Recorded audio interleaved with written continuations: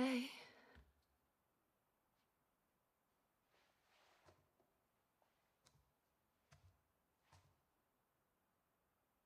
Hej. Rany, dawno już tyle nie spał, co? Ciężki dzień. Ta. Przeżyję. Chodź do łóżka. Pogadamy rano, okej? Muszę to dokończyć.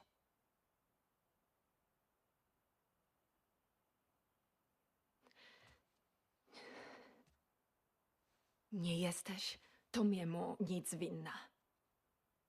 Nie mogę spać. Nie mogę jeść i... Nie jestem taka jak ty. Co? Myślisz, że mi łatwo? Staram się trzymać dla niego i dla ciebie. Kocham cię. To udowodnij. Zostań.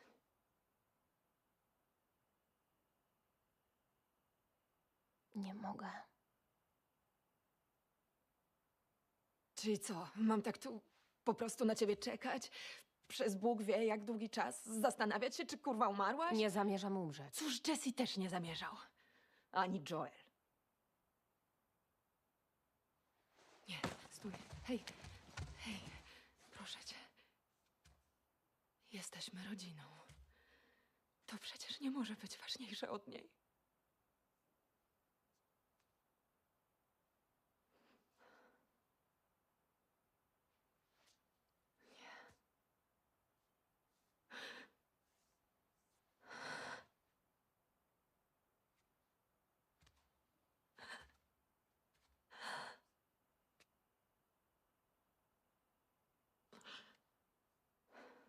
Nie będę przez to znowu przechodzić.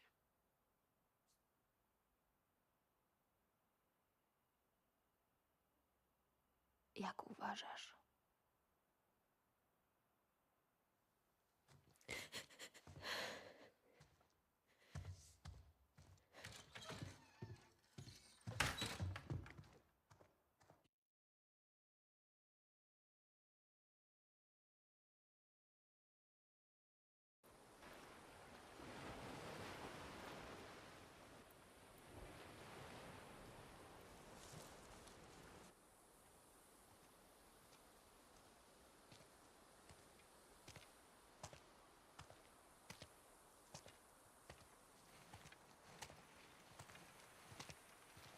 Konstans 24-25. Konstans 24-25. No dobra, Konstans. Teraz wystarczy... Byliśmy tu w zeszłym tygodniu. A ty oddałaś za to swój pistolet. To trop. Nie ma opcji, żeby widział tu świetliki. Przestań. Mam dobre przeczucie. A ja nie. Chodźmy.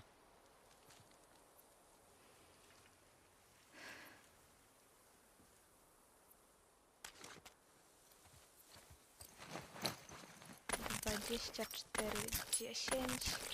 To nie będzie po tej stronie. Parzyste. 24-09. Więc 24-25 będzie tam. Tak.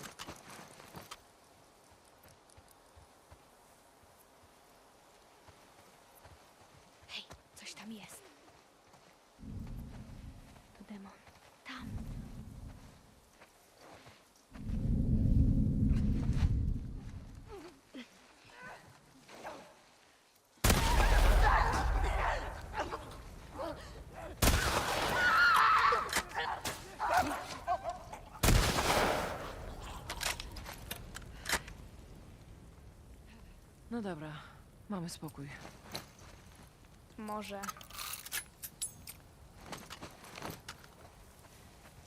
Dziwne graffiti. Chodzi o świetliki? Nie. Nic mi to nie mówi.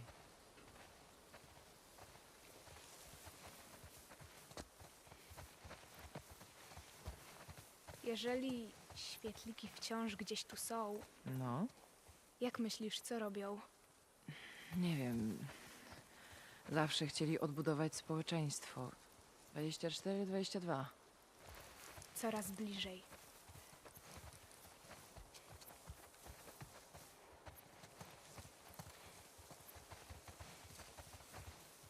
Dwadzieścia cztery, 29. Za daleko.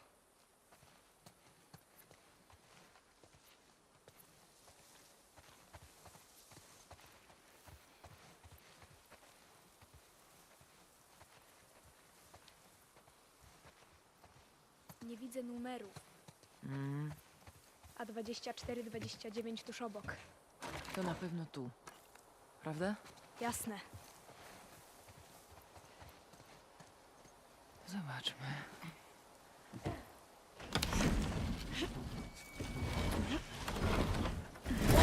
Gdzie?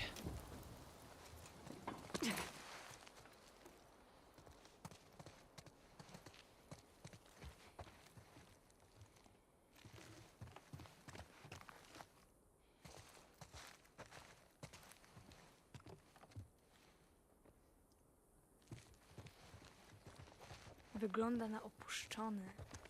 Szukaj dalej.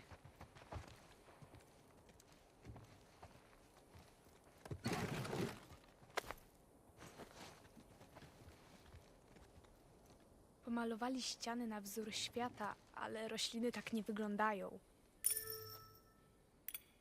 To raczej wizja świata z dziecięcego snu. W dawnych czasach właśnie w ten sposób ozdabiano pokoje dzieci. Tata namalował mi kolorową dżunglę. O, ja żeby się spodobało. Na pewno.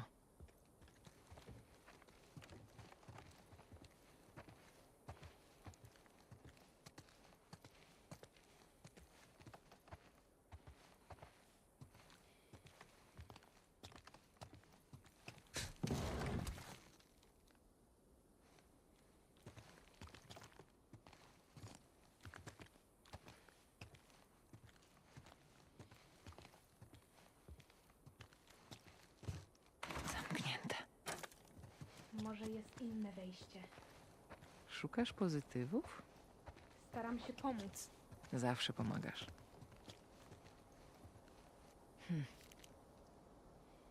Konstans 24-25. To tutaj. Okej, ale tu nic nie ma.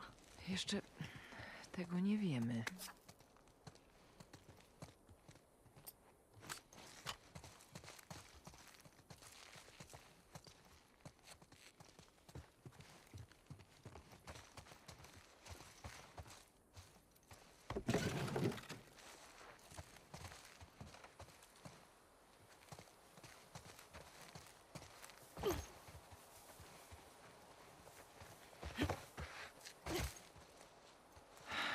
Nada. Naprawdę nic? Niemożliwe.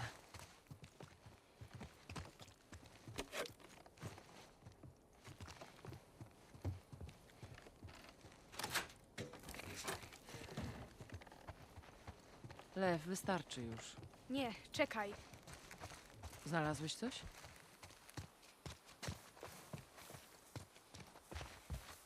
A może...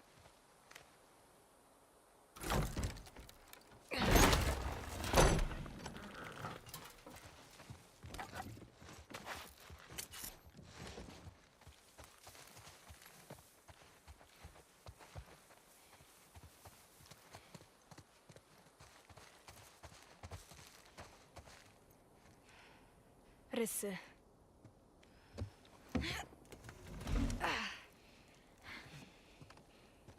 Przesuń się.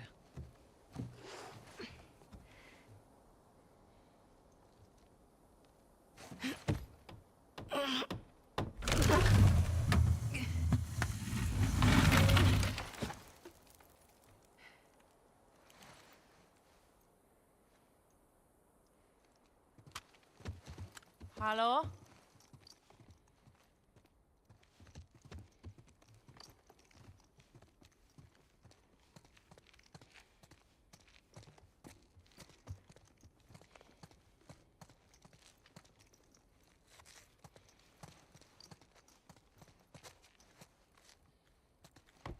Dawno tu nikogo nie było. Niestety muszę się z tobą zgodzić.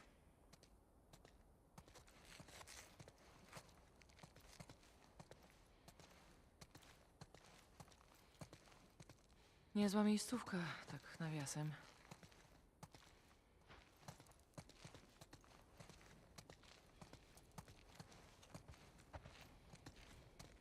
Trochę tu siedzieli.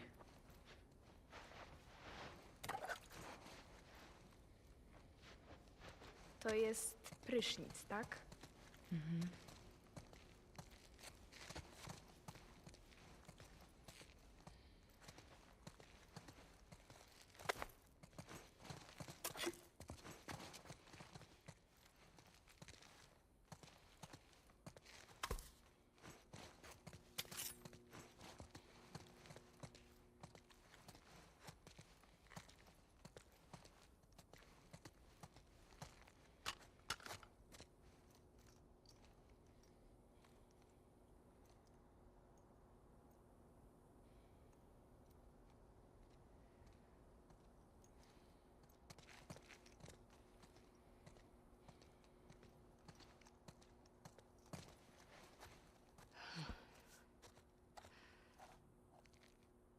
Mieli tu prąd. Rozejrzyj się.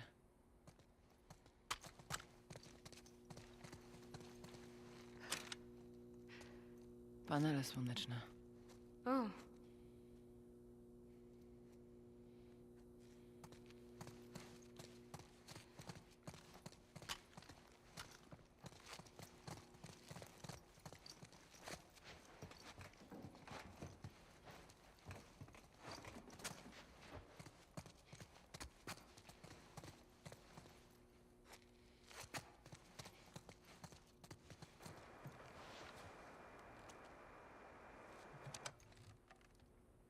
Czy ten kanał jest w użyciu?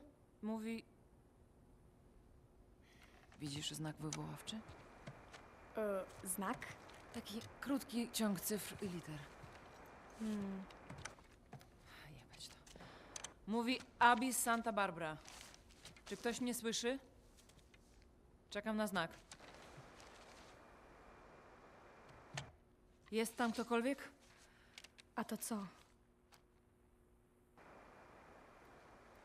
Częstotliwości.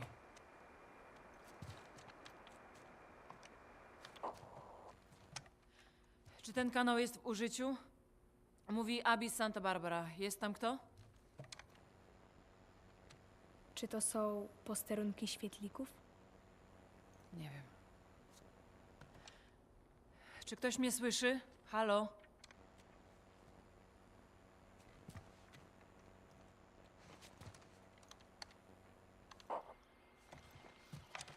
Czy ten kanał jest w użyciu? Mówi Abby z Santa Barbara.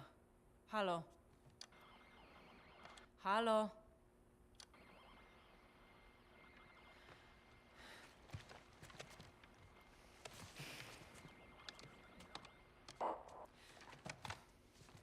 Czy ten kanał jest w użyciu? Halo? Mówi Abby z Santa Barbara. Czy ktoś mnie słyszy? Jeśli ktoś tam jest, niech się odezwie. Czekam na znak.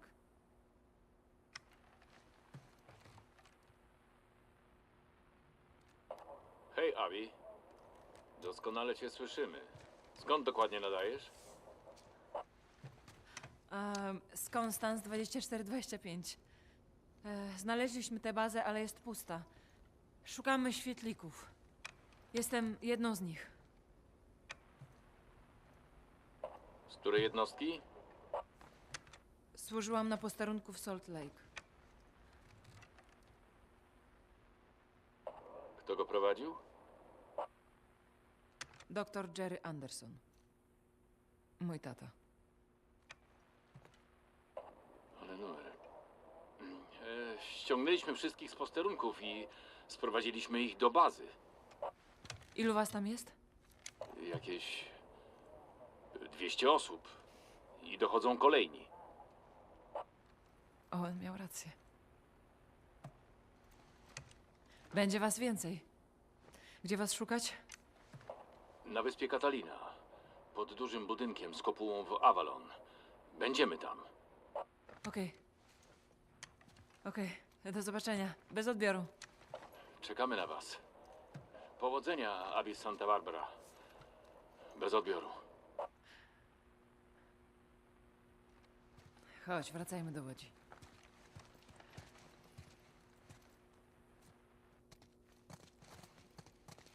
Okej, dobrze. Miałaś rację. Co takiego? Dlaczego zawsze każesz mi się powtarzać? Bo mnie to bawi. I rzadko się zdarza.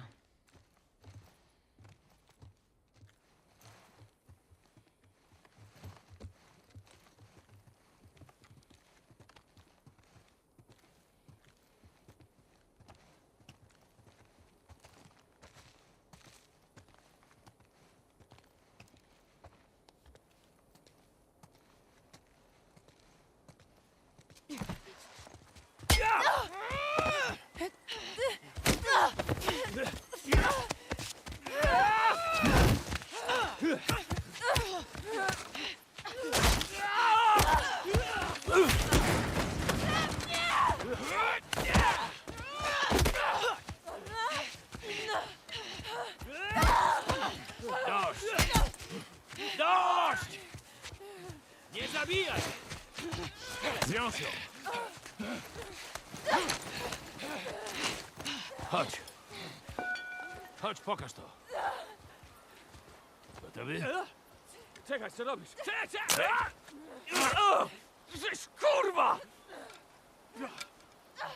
Będzie dobrze. Bierz młodego.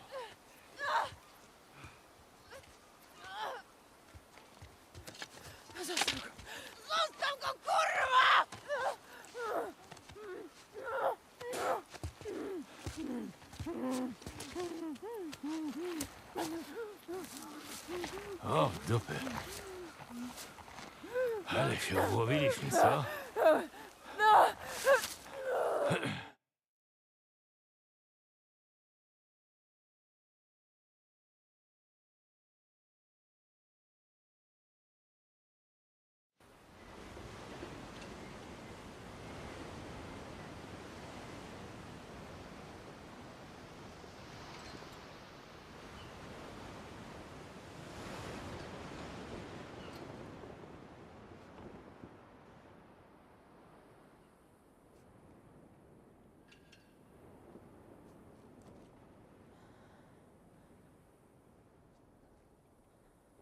Gdzie poszłaś dalej?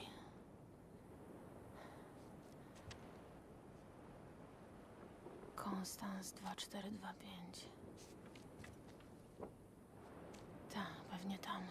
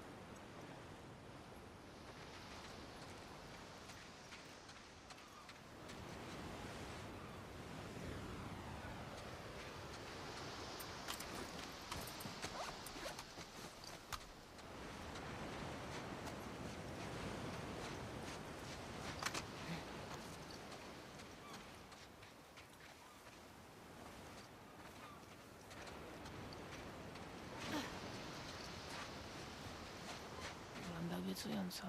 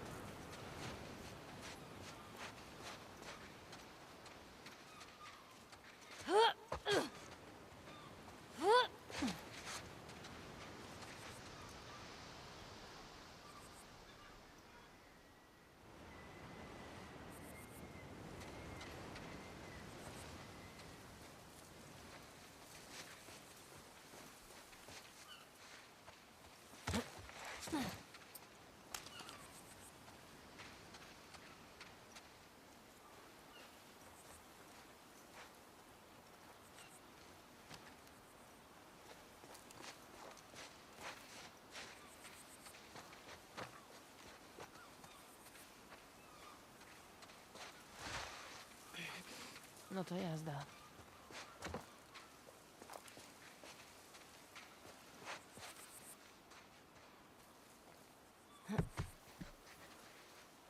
Dobra.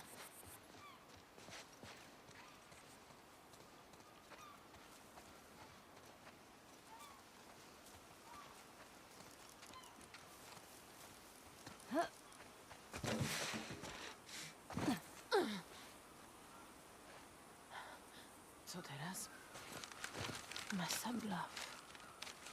Jestem tu, a Santa Barbara leży gdzieś tam.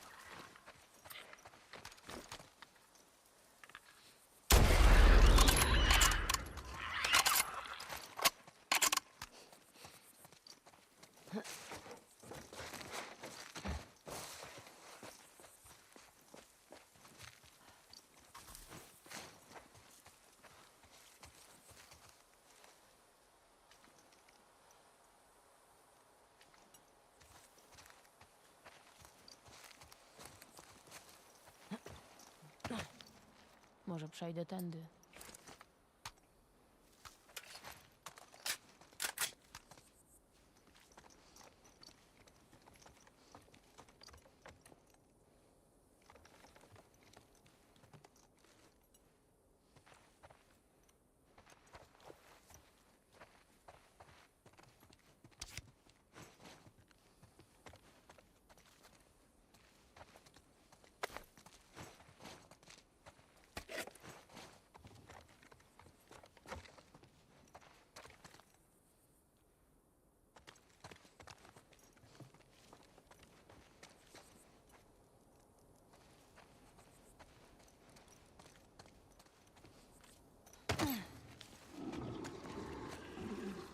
No dobra.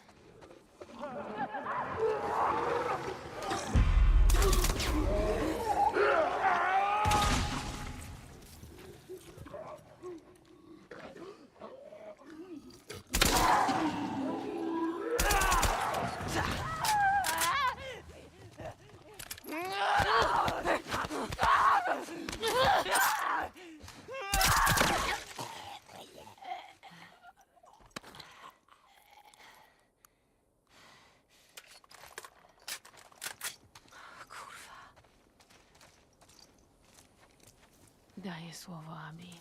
Jeśli zarażeni cię zabili...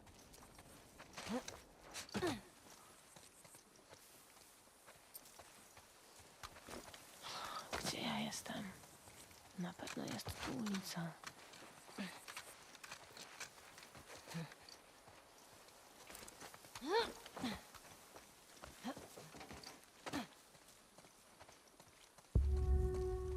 Dobra. Santa Barbara jest niżej. Konstans 24-25.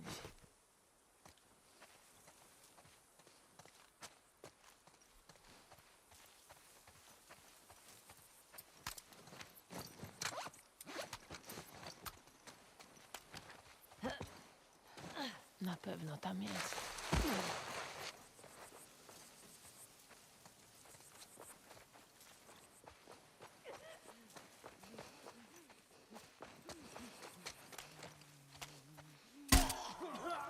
O kłopocie.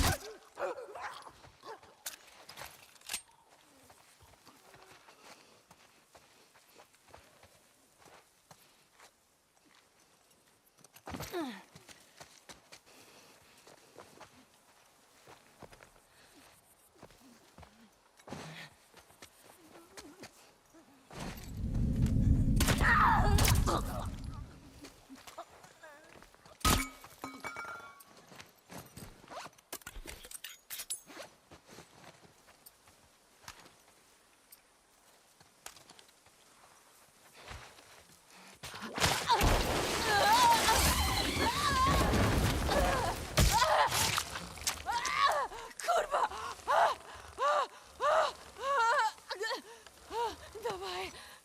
Nie, nie, nie! Kurwa! Kurwa!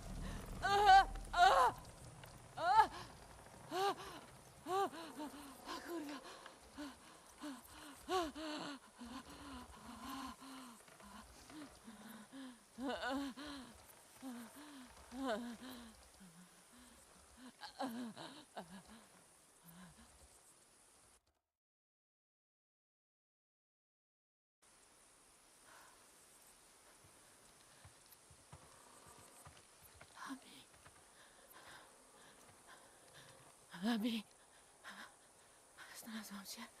Znalazłam. Widzisz? Ktoś się złapał. Ale jej ktoś dojebał. Kurwa! Zdechnie w ciągu miesiąca. Możemy dać sobie spokój do końca dnia? Jasne. Ściągnij go. Rozstawimy pułap. Serio? Opłaca się z nią w ogóle wracać? Przecież... Dziabnął cię? O nie. Spoko. O kurwa. Coś cię bawi? Aż się w gacie zesrałeś. Co kurwa? Z ciebie ciota. O, lubisz żarty, co? Wstawaj. Daj spokój. Wstawaj. Stary, na chuj. Nie! I tak jest kurwa na mnie. Dawaj! Pojebało cię.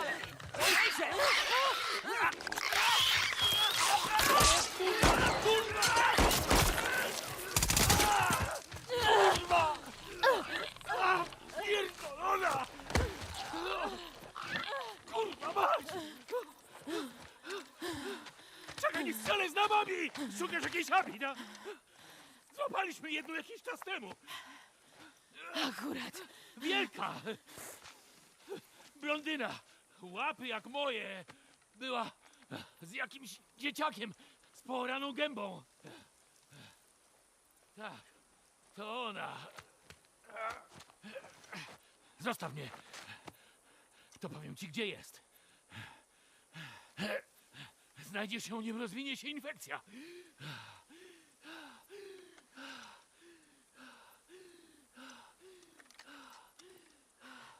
Gadaj.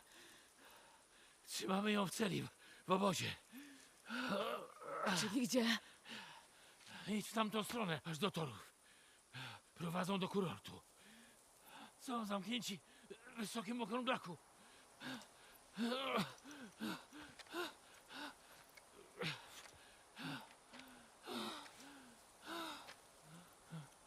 Przysięgam.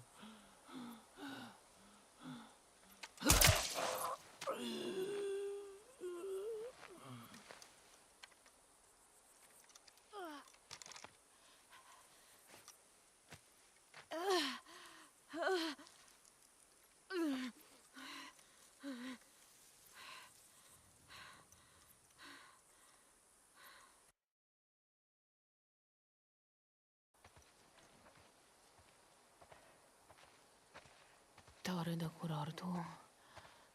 Wysoki okrąglak. Tory do kurortu. Wysoki okrąglak.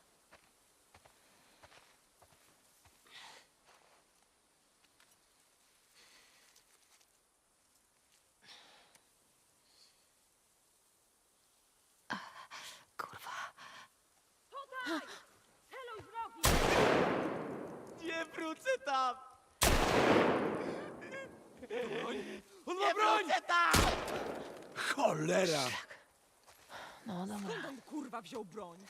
Każ reszcie przeszukać teren. Upewnijcie się, że nikt więcej nie uciekł. Bieg! Mamy zbiega! Tam! Tam!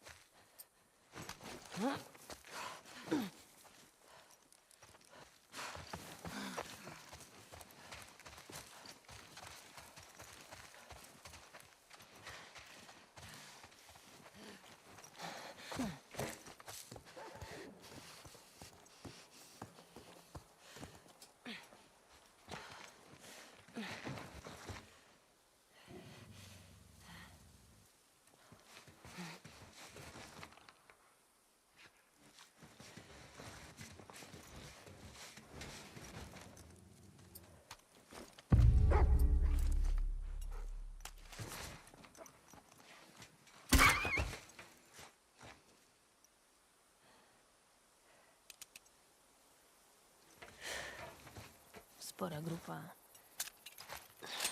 Muszę ją znaleźć, zanim ci idioci ją zabiją.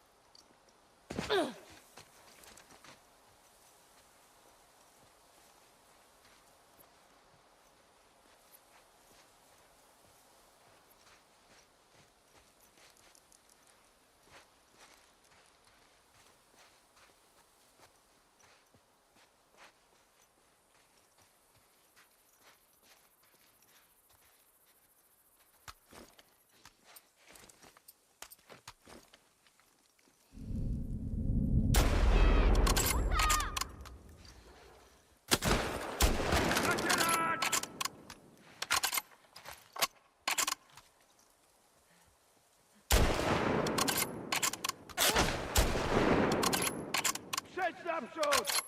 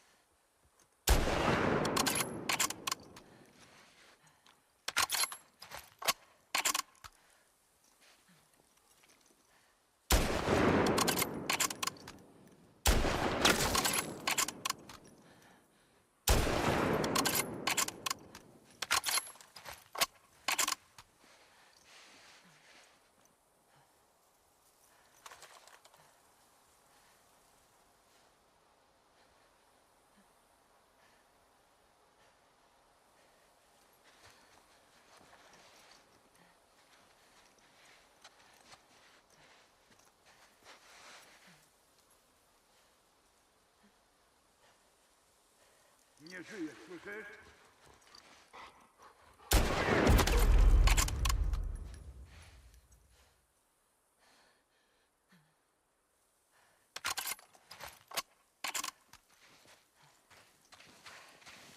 Wiem, że tam jesteś!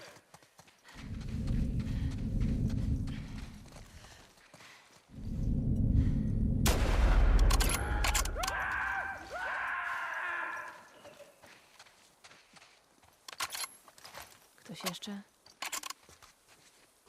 Kurwa, mój brzuch. Gdzie są te tory?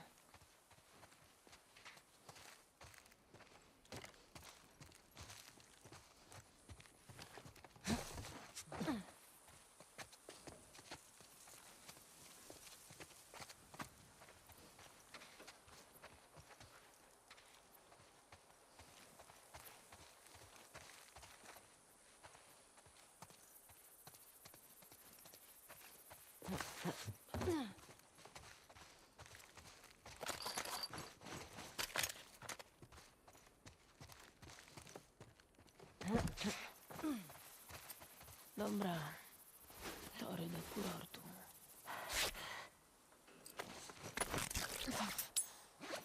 Nie zamierzam dziś umrzeć. Kurwa, za blisko.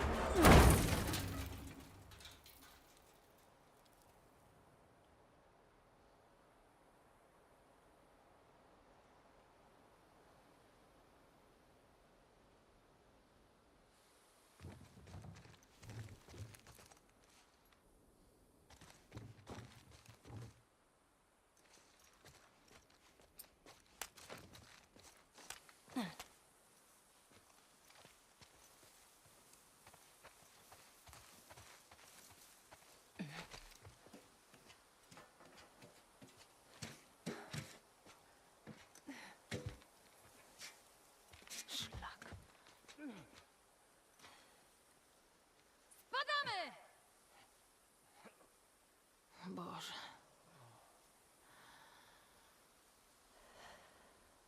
To chyba wysoki okrąglak.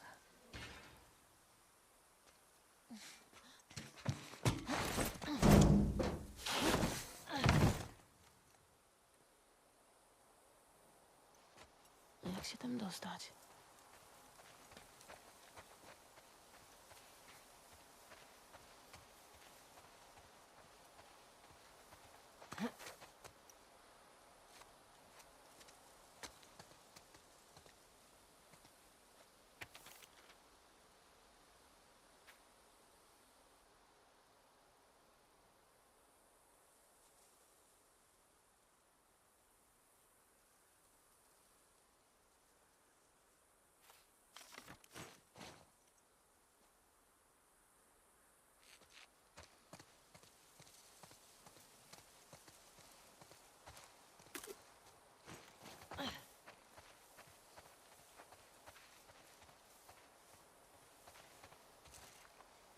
Witam.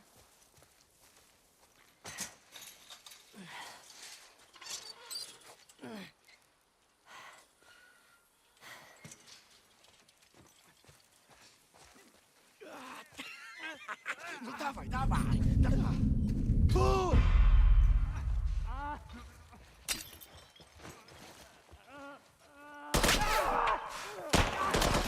Nie dajcie jej uciec!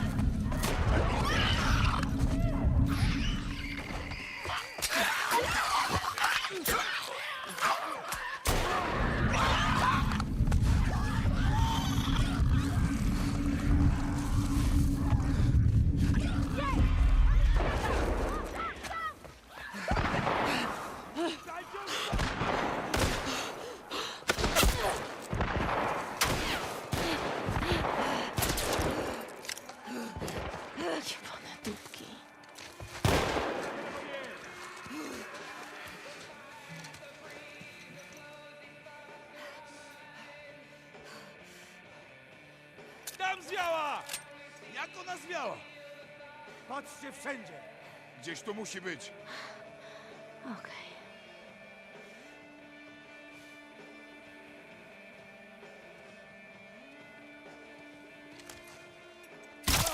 Pit! Strzelają z tej strony!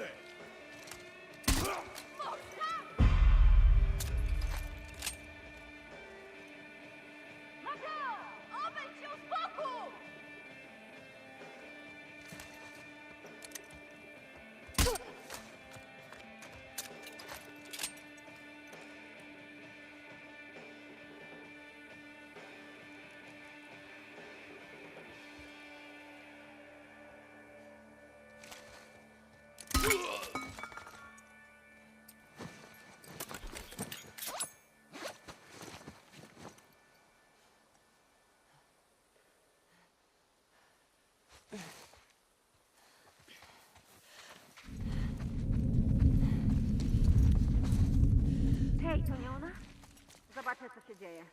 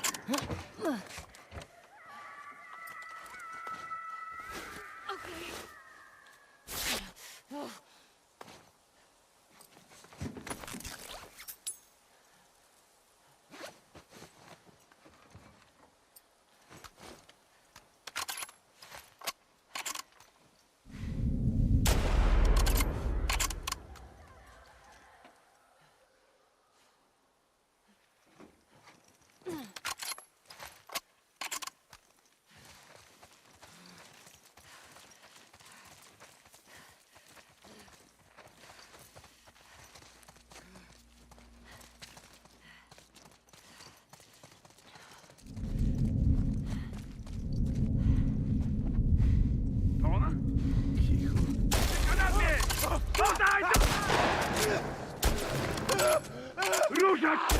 Pewnie!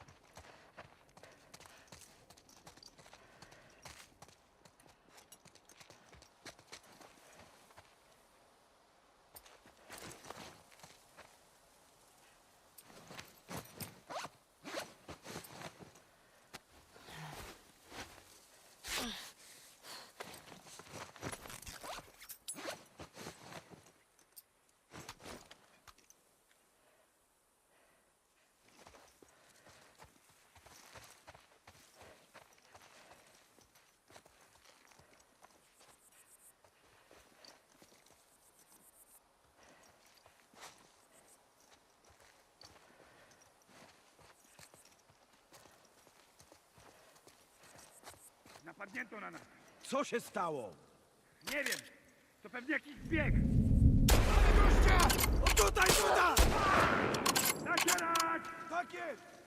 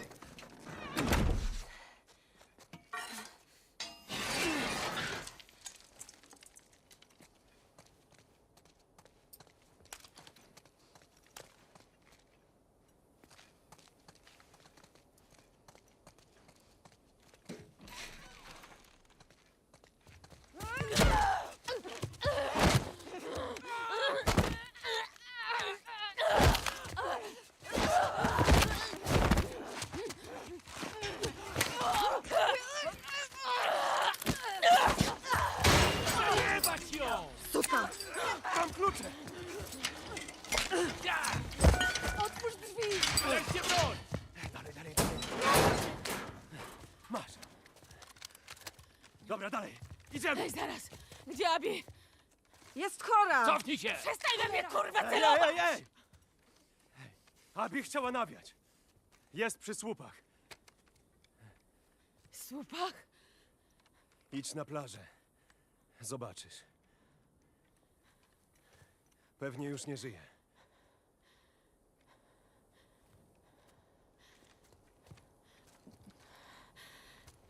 Chodźcie!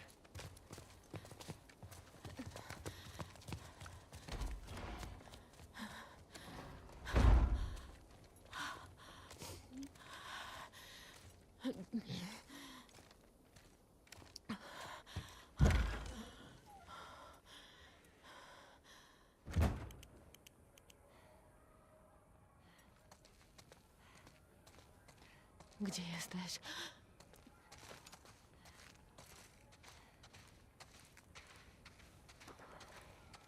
Abi. Abi, Abi, Abi.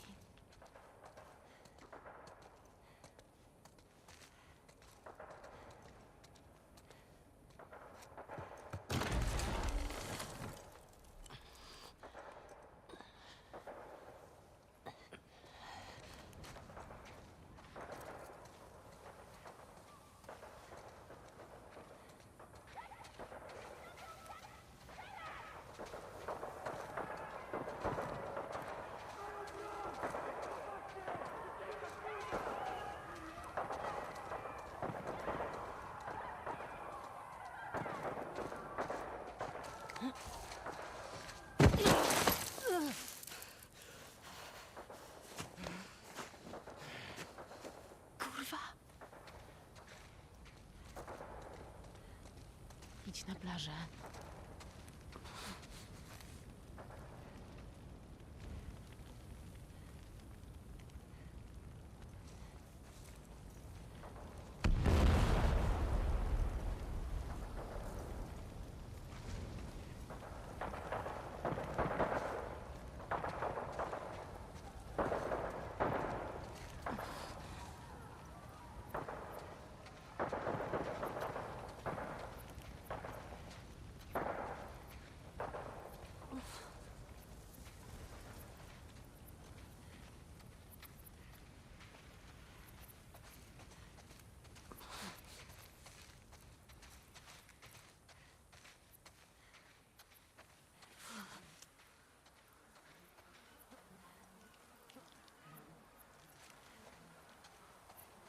możesz.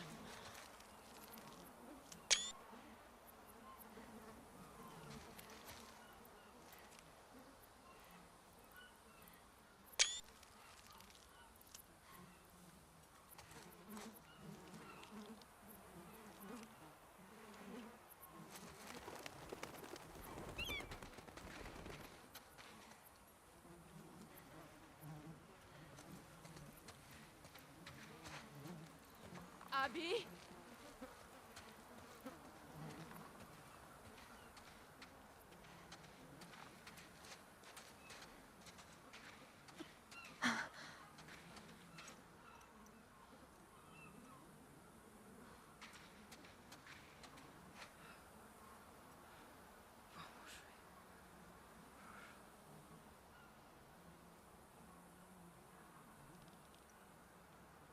To ty.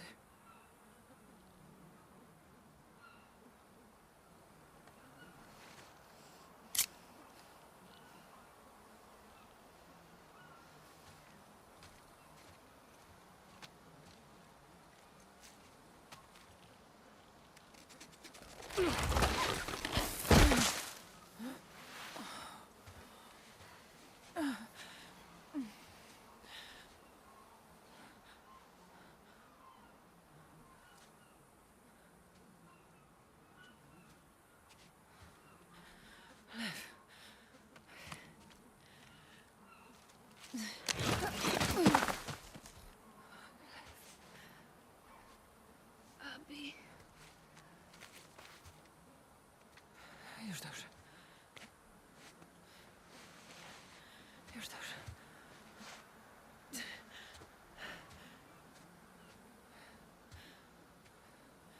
Tam są łodzie.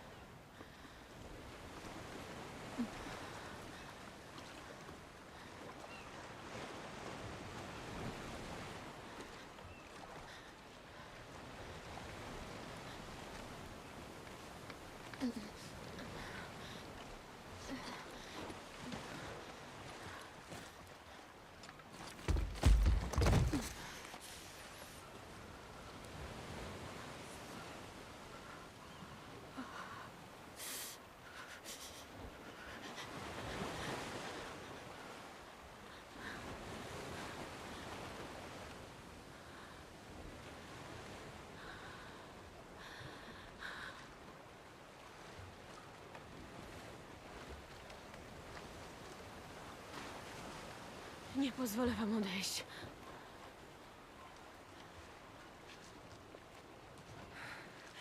Zapomnij o tym.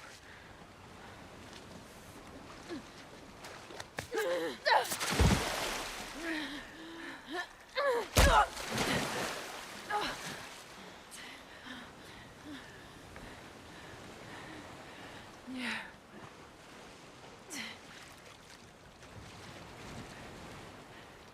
Nie będę z tobą walczyć. Będziesz musiała.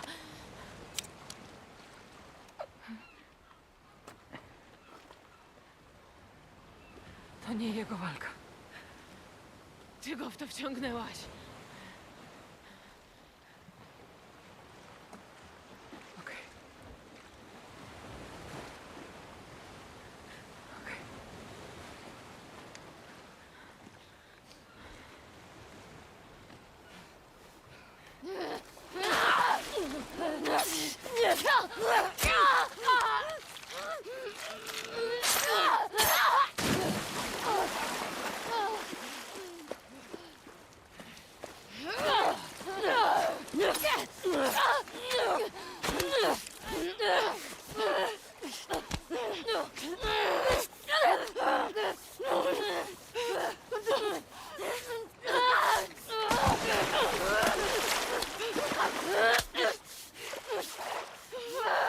Zdychaj, kurwa!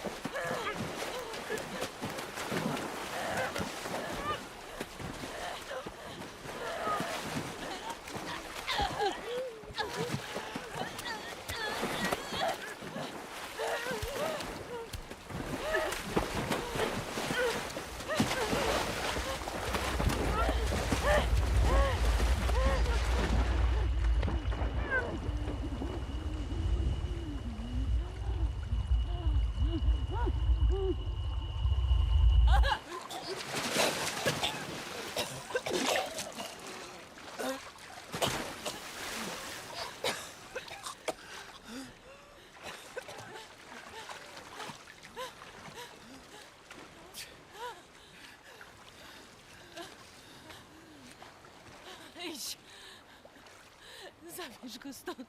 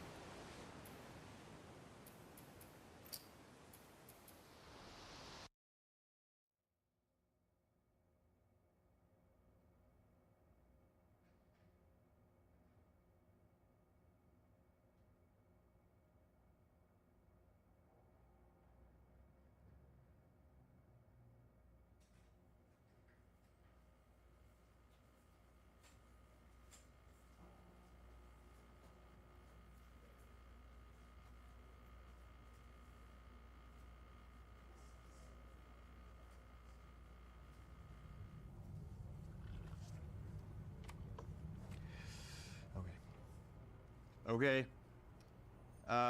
Thank you all for what is about to be a very long presentation. So Anthony and I ran some numbers, and to our best guess, The Last of Us Part 2 is 10 to 30% longer than Last of Us Part 1. However, this is the most detailed story presentation we've ever done. Like, if you think about the presentation for T1, where we kind of talk about the quarantine zone in somewhat detail, even though most of it changed, and then it's like, and here are some things that might happen with Joel and Ellie. They might go into a spore-filled subway tunnel. They might fight some cannibals. At some point, Joel will get incapacitated. And this has everything figured out, even though it might change. Every character is accounted for, every cinematic is accounted for in this presentation, which means it's going to feel twice as long as the first game. So when you freak out, that's normal. That's part of this.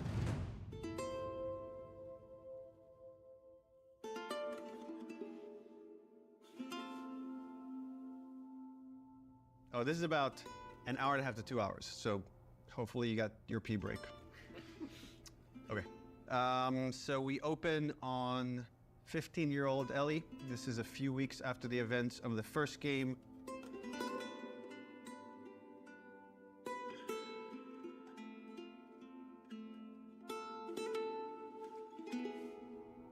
There's a doorway leading down to this basement, and Ellie sees Tommy, and he's just finished climbing out of this basement, and he's hurt bad, and he's rambling about something needing to go after these people. Ellie's trying to ask him what happened, where's Joel, and he doesn't make any sense to her, and she starts to go downstairs. Tommy grabs her hand and tries to stop her, but he's too weak. She rips her arm away, and she heads down. And with each step, her heart races faster and faster as she sees this trail of blood.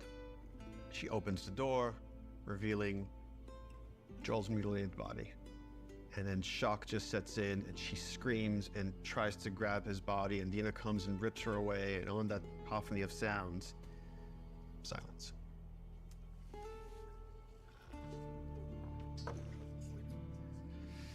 Oh, we're just getting started.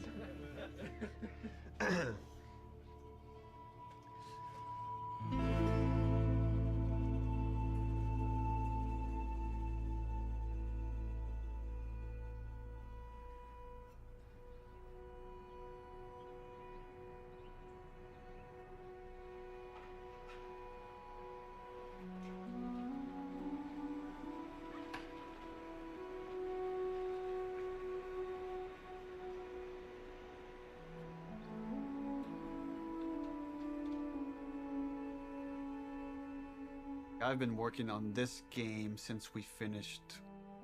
Well, really, been thinking about it since we finished The Last of Us. So many people were like, Last of Us 1 is so perfect. It should never have a sequel. They shouldn't make a sequel. They're like, oh, it wrapped up super great. But I think actually, if you look at the ending... Swear to me that everything that you've said about the Fireflies is true. Ellie is accepting a lie. I swear. Okay. She has a very good bullshit detector. She knows something doesn't feel right, but I think is too scared at that point to ask. How long can you really live with accepting a lie like that? The Last of Us feels like an origin story for this survivor in this post-apocalyptic world. Seeing like how Ellie has become such a strong, unique character, it really felt like, you know, if we were to do a sequel, it'd be a shame for it not to focus on her. Move the fuck out of the way. Yeah, once we're done with this whole thing, I'm gonna teach you how to play guitar. Yeah, I reckon you'd really like that. What do you say, huh? Joel, he's gonna teach Ellie to play guitar. That always felt like that's just this like unanswered promise that like was kind of lingering at the end of the first game. We did this thing called One Night Live, where we had the actors come on stage and reenact certain scenes. So you say we get you to the Fireflies. What happens next? Marlene, she said that they have their own little quarantine zone and that doctors are still trying to find a cure. I wrote this new scene that takes place after the ending of The Last of Us, but it was only shown to people in the audience. Like, we cut off the stream right before we showed them the scene. If I ever were to lose you, I'd surely lose myself. Try and sometimes you'll succeed to make this man of me.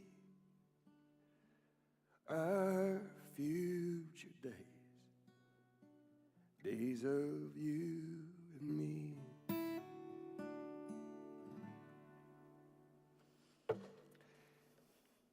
She's yours. No. I don't know the first thing about this. Hey, I promised you I'd teach you how to play. That scene ends with Ellie holding the guitar and playing one note. And that image was so strong in my mind that I'm sure that kind of trickled into this idea of this trailer. So I started working on some concept art, kept fleshing out the story. And as it felt like it was kind of gaining momentum, Uncharted 4 needed all hands on deck. Naughty Dog had always made one game, and as soon as it finishes one game, it works on another. When I started on Uncharted 3, we were starting to experiment then with trying to do 2 teams. After we finished Uncharted 3, I jumped onto Uncharted 4. At some point in time, Uncharted 4 was coming down to the wire, and it's just, we had to shift resources, and pretty much everyone just ended up on Uncharted, trying to finish it up. So I said, okay, before I come on like in full force on Uncharted 4, I just want to capture this trailer. I walk through the valley of the shadow of death, and I fear no evil, because I'm blind to it all. Said I walk beside the still waters, and they restore my soul, but I can't walk on the path of the right, because I'm wrong.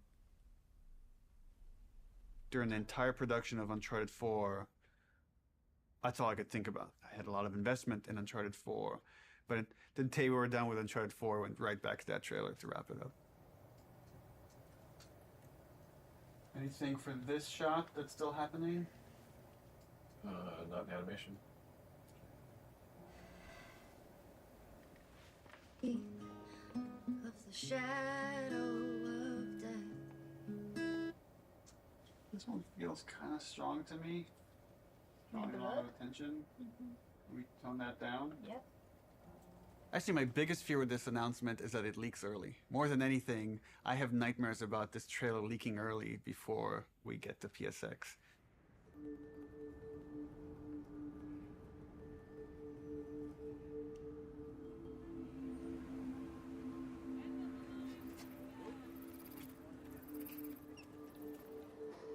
If we're gonna surprise people, PSX, the PlayStation Experience, hasn't set itself up yet as a place where big titles get revealed. That's E3.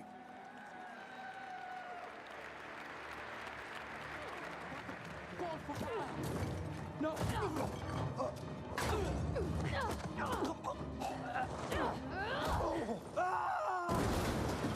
We're revealing the Uncharted single-player content at the opening of the show. You're late. I thought you were professional. Oh, you should relax. We'll live longer.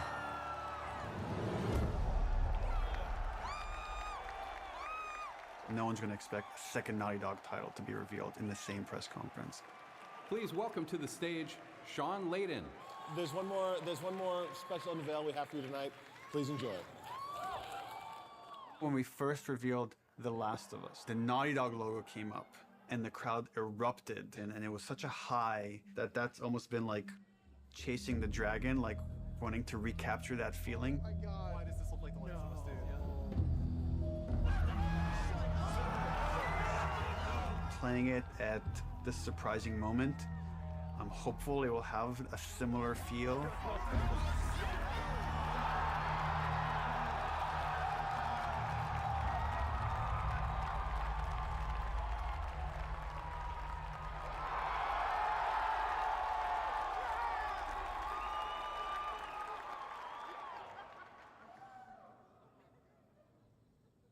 What are you doing, kiddo?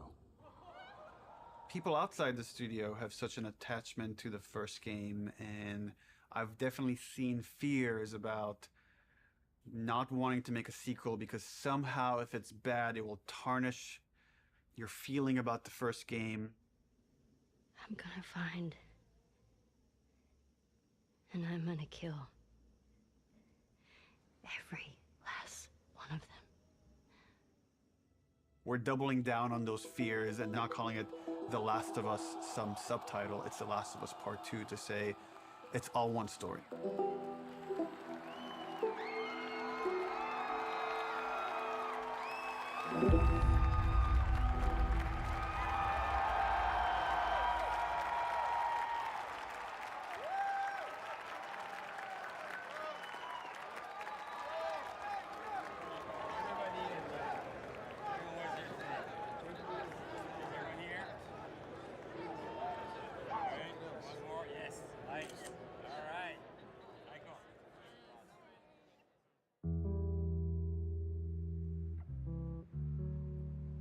The concept for the sequel had to feel compelling enough, have enough weight that felt like, okay, this is an experience worth creating, worth spending the next 3 years on. I became really intrigued with the idea of the cycle of violence and how, like, certain events would trigger acts of violence that then would beget more acts of violence. It's almost never satisfying. It never brings the person you love back. And despite you thinking it's going to bring some closure, it doesn't. We just need more empathy.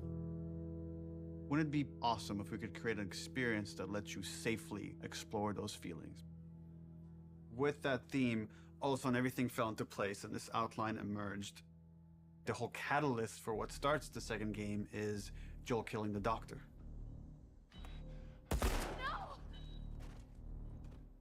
That feeds right back in that idea of that cycle of violence. Now it sets up this whole kind of sequence of events. We're gonna start the game where you're playing a new character. That sequence ends with this character killing Joel. And we really have to paint her as this monster. Then when you play the next chunk of the game and you're Ellie and you're gonna pursue justice, quote unquote, and you're gonna go kill this entire crew, we're gonna go back in time and show you that same sequence of events, this character that you saw as a monster, to now get you to see things from her perspective. And how this crew is a bunch of people trying to survive in this world. And they had their reasons for pursuing and finding Joel and killing him. And the story was becoming very epic and ambitious. And I had a few parts that I was kind of stuck on. And I felt like to kind of shake things up, I wanted to bring in another writer. I thought it was a very thoughtful story about violence and obsession. He had Abby, sort of like this girl who was the daughter of the doctor. And that Ellie would go on this vengeance quest. And when he was like, and then Ellie actually kills Abby, I was like, what? You're gonna... Yeah, let's fucking do it. Not only is she contributing in a lot of ways, I feel like she's challenging what this story can be.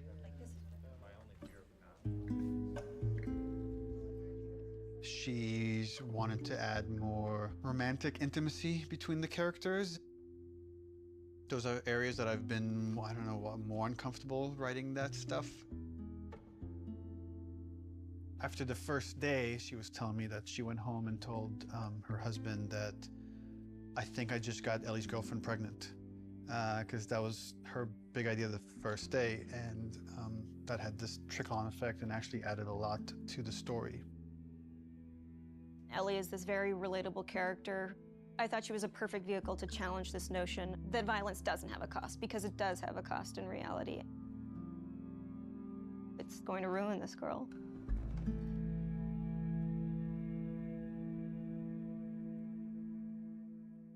You know, people love Joel and Ellie, and we are about to kill one and make the other one a villain.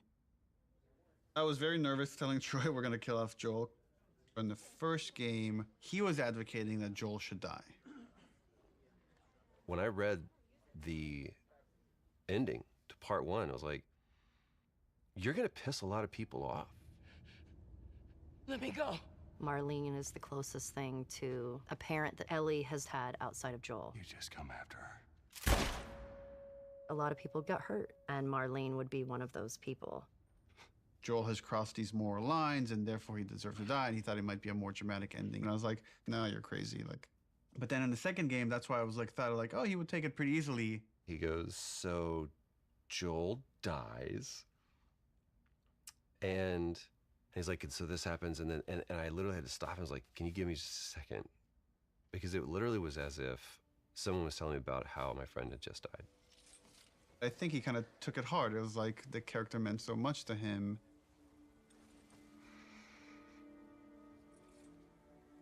We're gonna kill off this character. His role is gonna be much smaller on this one. All of a sudden, it was, please don't take this from me yet. Ellie is scared to be alone. Everybody that she's loved up until that point, she's lost them. It's hard to imagine the story without Joel dying. Like, you feel that hate, Ellie feels that hate. You're one-to-one, you're on the stick, and that informs the rest of the story. This way, come on!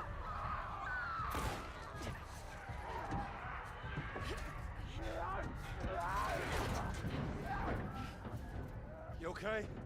Yeah.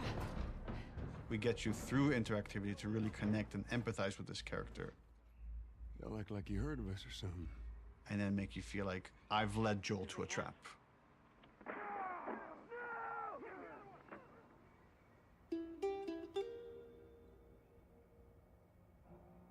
When we started out making Last of Us Part 2, Neil actually wanted to be very ambitious about changing the game almost entirely. In the first, 4 or 5 months, the game was actually kind of an open world, inspired by Bloodborne.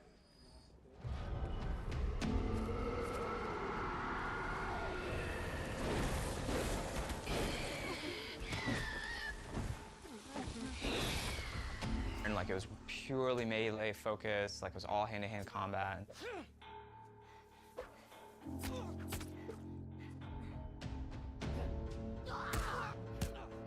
It wasn't just the melee combat, we were also looking at sort of layout structure. Bloodborne had a very sort of an open space that sort of kept getting bigger and bigger as you explored. I really like that feeling that you get of mastery over the world. It starts to become kind of almost a character in the game itself. And so that was also something we were looking at. We started out making it as different as humanly possible from the first game as we could, and then kind of dialing it back. The open world thing didn't work with the story that we were trying to tell and stuff. So in pre-production, we spent a lot of time just doing setups. Self-contained sort of units that tried to expound on a single sort of idea. Trying to start out with sort of simple shapes and building up to more complex shapes.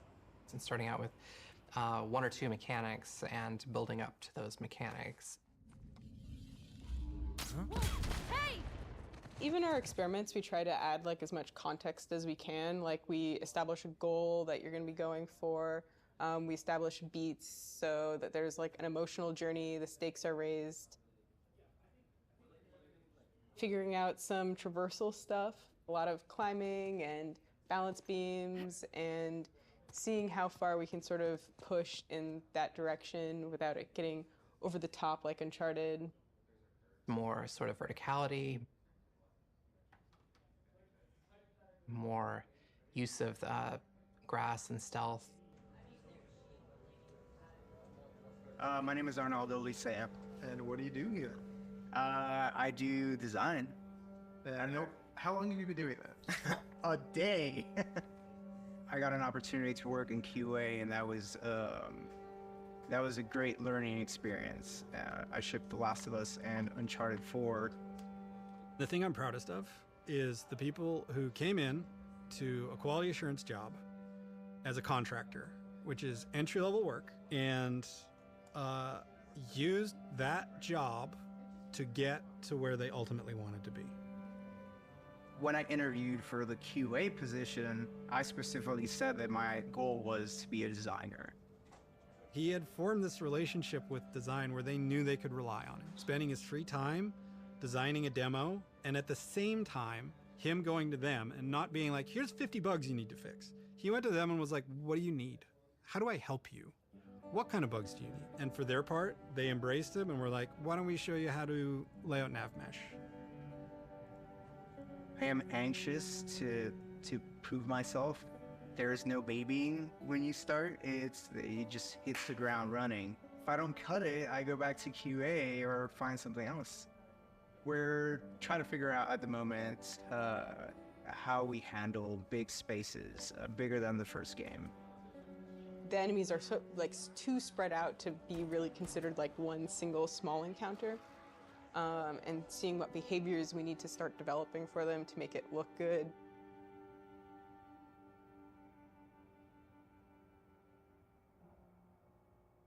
The opening of Seattle, that whole section was pretty slow and quite linear in the level design. Let's assume that there's guys in this building, someone's starting to shoot at me from the second floor. So, okay, if I'm on the horse and I'm getting shot at, I can't take cover with the horse, so probably first thing I'm going to do is jump off. And that's slow and clumsy, and maybe we can make that faster. It's like, but once I jump off, I'm going to want to take cover behind something. It's like, okay, I'm taking cover. Now what the fuck do I do with this horse? I assume the enemies are going to shoot at it. If they don't, that's kind of weird. Does Dina ride off with the horse to help it stay safe? Well, that sucks because I'm trying to build a relationship with Dina, and if my partner leaves me, that makes me like her less. I'm like, okay, so Dina has to get off the horse and take cover with me and help me engage with the enemies. Okay, but the horse is still there, so what happens with this horse? Does it ride off on its own in order to like protect itself and then come back after? That feels too intelligent for a horse. That seems a little funny. As soon as there's range combat, the horse kind of makes it fall apart. What if we did this whole sequence on foot? How do I approach this building? Imagine this is more dense with cars and ferns and interesting ways for me to close this distance. Maybe when I get close enough, 2 militia guys come out. I have this little firefight with this front before I could rush forward and go into this building, climb up, and take out the sharpshooter that was harassing me. Really simple, small fight. Now there's tension. Guys can come from anywhere, like from this rooftop, from these windows. And that really inspired us to take some pretty drastic changes as far as the flow, inserting more combat, opening up the layout to give the player more options as far as how they explore the city. You can imagine this as being kind of the hub with it poking into streets, and I could go into the streets and explore and find those locations, what we're kind of calling dungeons. So that's the plan. Some of these changes are big, but it got us excited. This feels like a true evolution of T1 as far as going more systemic and giving you options. If there's concern, it's about scale, it's about scope, it's about can we actually build this thing? The scope is always bigger than the last game. It always has been. It always will be, probably. But this scope on this game is something pretty extraordinary. Everyone seems to agree that the thing we're building is going to be cool. Once it's done, it's just that it's such a big game. Our games have become more and more ambitious, and the studio has gotten a lot bigger. When I started here, we were 40 people. Now we're over 300. You can't handle that many people with a flat hierarchy. As we grew, we've had to introduce new titles just to control management, control communication, make sure things don't fall through the cracks. We have no producers at Naughty Dog. There's so many talented people here that you can rely on and lean on. It makes the game better, and that's really kind of the secret sauce of Naughty Dog, is how collaborative it is. You find the right people who really want to do the best they can possibly do, and then you kind of give them the resources to try. you're getting what you asked for as a creative person, right? You're kind of getting the freedom to go as far as you can go, but sometimes I think we need to be saved from ourselves a little bit. With The Last of Us 2, there's a real sense of opportunity. This is going to be a much cleaner production than we've done in the past. We're going to get it right this time. This is the first project that has had the proper pre-production period where we have locked down, for the most part, the story beginning, middle, and end before we started production. That hasn't happened. I don't know if that has ever happened, now that I think about it.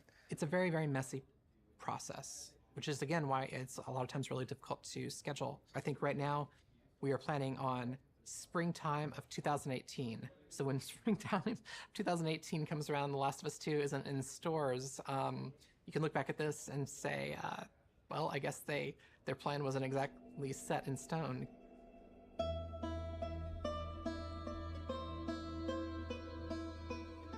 Historically, we've done very poorly at being efficient without the pressure of an external deadline. Every time we have some showing of our games, if it's going to be seen publicly, it's got to be one of the best looking playing things in the industry. For example, the first trailer was coming online, and that forced us to define the look of our game, define the location of where the game takes place, define Ellie's look and her age and her hair and her outfit. We're forced to make those choices. We can't just keep iterating because there's a deadline. We want to try and schedule the game using these milestones as soon as possible. Which means we got to keep the marketing rolling, which means next E3, 6 months away, we need to look at a gameplay demo. E3, it's always been the biggest and most extravagant showing of the game industry. There's something special about the energy of E3. We need to figure out what the gameplay is, because right now it's just we've got a bunch of like cool prototypes and stuff like that, so it's scary, but we work well under pressure. We're hoping to be really aggressive and show at E3 2017 just to really kick the project into gear as fast as humanly possible.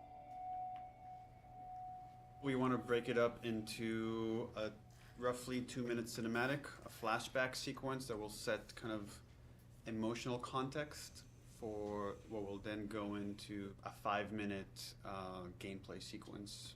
We want to do this festival within Jackson. Like there'll be like a live band and we're just seeing people lively having fun. And for the crowd, are you thinking 30 plus people? Frank says we could do a 30 variation. I think we can make that work with 30. Yeah. Dina pulls Ellie onto the dance floor. Ellie's dancing with her, is making all these guys jealous, and then Dina says, "You want to make them really jealous?" And she leans over and kisses her. And on that, we do a hard cut to Ellie in the middle of the woods. So the idea is we shouldn't see any buildings, just woods, water, ankle-deep water rushing underneath her. What about rain? Are we still doing rain? I haven't discussed it with the other guys, but... That demo that we show externally for the very first time is setting the bar for the rest of development. But the problem is we're also working on Uncharted 4 Lost Legacy. So E3 is June 13th, which means probably we want to be done, what, like 2 weeks before that, which is 4.5 months from now. With Lost Legacy shipping at around the same time of E3, there are shared resources between the two projects. Especially sound and particle effects, so they were all on Uncharted. When it comes to the polish phase, both we're polishing this and that and SPDLC at the same time. I don't think there's any specific item that needs to be worked on, but I think there's going to be programmer time doing both those things. And there are going to be times when it's like this needs polishing in E3 and this needs polishing in SPDLC, and like we're going to have to compromise at times maybe. We kind of just didn't have it at the forefront of our minds that, yeah, they're frickin' shipping a video game. It's literally the hardest part of making the game is shipping it. And we were trying to ship a demo, the second hardest thing you can do, at the same time and sharing a lot of their resources. So one thing would be helpful is to find out what are the items that you feel like you're most worried about. Like let's say rain. We could do this thing without rain. So if that helps you a ton, we can make the decision now to remove rain. It would definitely help. How about wet hair? Well, if she's going to be swimming, then can't really get around that, right? How about no swimming? Puts on a cap. I got like a really clear energy of the meeting, which was how do we shrink it? It was such an impossible task. You can't help but start feeling some doubt, some anxiety about the leadership, not understanding the logic of it. You know, I think like anybody else here, I was definitely ready to roll up my sleeves and figure it out. Alright guys, we're gonna try to keep this pretty short. I guess.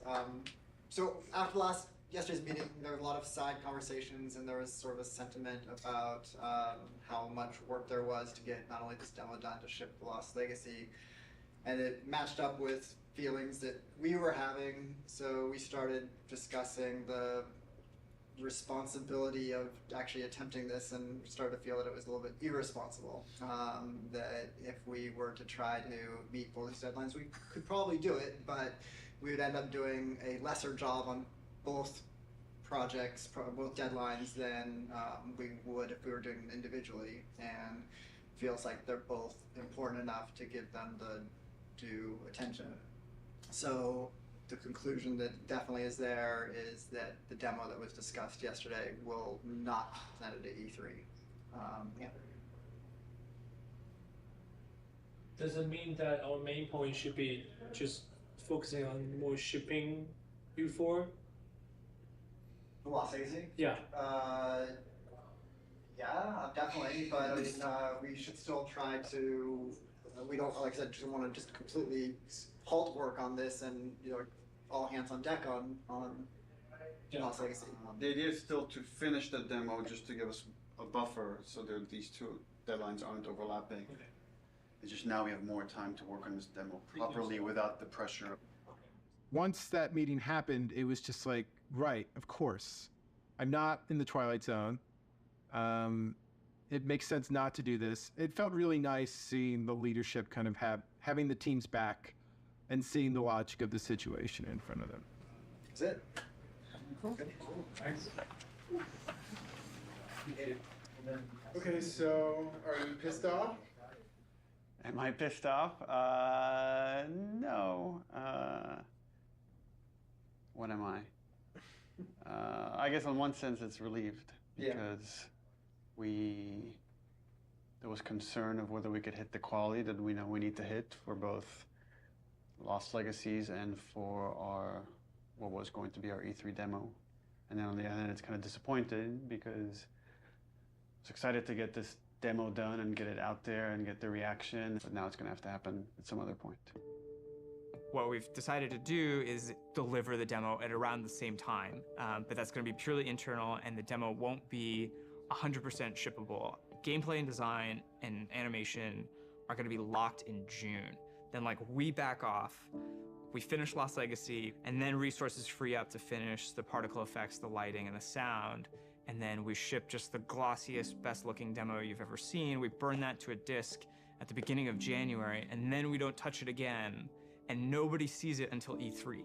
It's going to be really interesting to see if we can really, really commit to being done, 5 months, 6 months in advance of E3, and not be tempted to say it could be a little better, let's go back. And we really just need to have the discipline not to do that. But that then left us as okay, what's our next marketing beat? What are we going to show next from this game? So now we have a new plan where we're going to release a cinematic around PSX time. I think we're going to do it at the Paris Game Show. This seemed like a pretty intriguing scene to introduce Abby. That whole scene is going to be our next marketing beat. And then we're not going to say much about it, about how this fits into the game, where it fits into the game.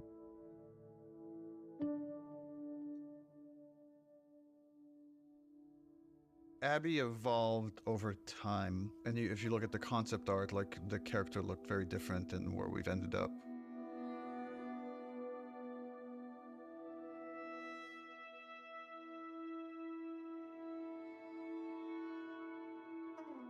And I don't remember at what point we decided to go with someone really kind of muscular and broad, but I remember once the idea came up, it felt very fresh. Once we sort of nailed down the body of Abby, we played around with different ideas of how we wanted to accentuate her arms or not. And there's something interesting in Abby feeling a lot like Joel.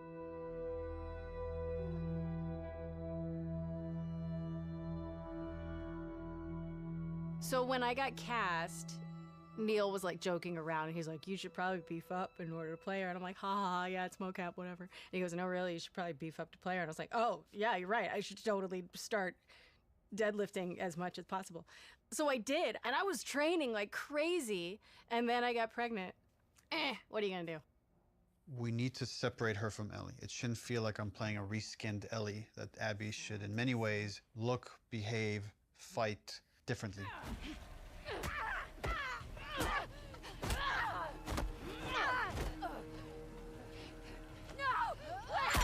So in gameplay, we've discussed, well, she needs to have different upgrade trees. It means we have to make the investment of capturing a whole different moveset for Abby. We can't just remap Ellie's animation onto Abby. Holy fuck. Abby has a fear of height. There's stuff we're doing with the camera to make you feel vertigo. And that helps build empathy. It makes this character real. We let you both live, and you wasted it. She's aesthetically a very intriguing and iconic and powerful character. Abby, who are these kids? They saved my life. Can you take a look at her? Once she's killed Joel, what is Abby's motivation? What is she trying to achieve? Her redemption is really taking care of Yara and Lev, these two kids that are from a warring faction. You know, she has been taught to hate them. There is an inherent xenophobic reaction to them. It's about saying, can you come to love your enemy? Scars built all this? Seraphites. Yeah, I was gonna say that.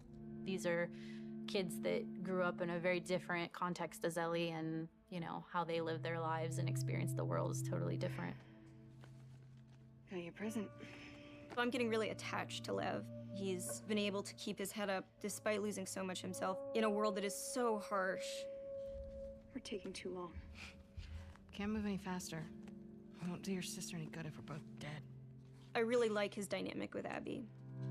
Her having this, like, fucking brassy little sidekick who calls her on her shit in a way that nobody else can. What's going on between you and your friend Owen? Oh my God, Lev, now? It seemed really awkward. Just go! Who understands the sort of sense of being orphaned in the way that a lot of people can't. How long have you two been on the run for? 2 days. What the hell did you do? I shaved my head. They want to kill a little boy because he shaved his head. I am not trans, so it's a very delicate thing to tell a story of an experience that I've not had. And that's something that we want to take seriously. Did you hear what they called me? Yeah. Do you want to ask me about it? Do you want me to ask you about it? No. Okay. It's really about trying to create a multifaceted character who is trans, and that is absolutely an important part of who he is, but also a part of who he is, not the whole of who he is.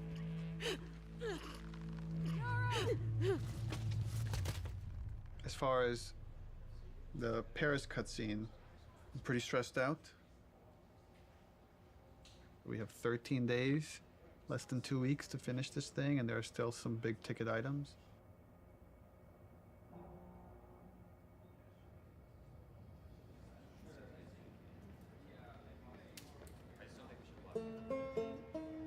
Lost Legacy turned out to be a much bigger project than we originally envisioned, but now that it's done, everyone is now on board. We've got the Greenlight demo done. She's putting on quite the show. It's very real. We're in full production now, so I guess that's the short of it, is we're in full production now.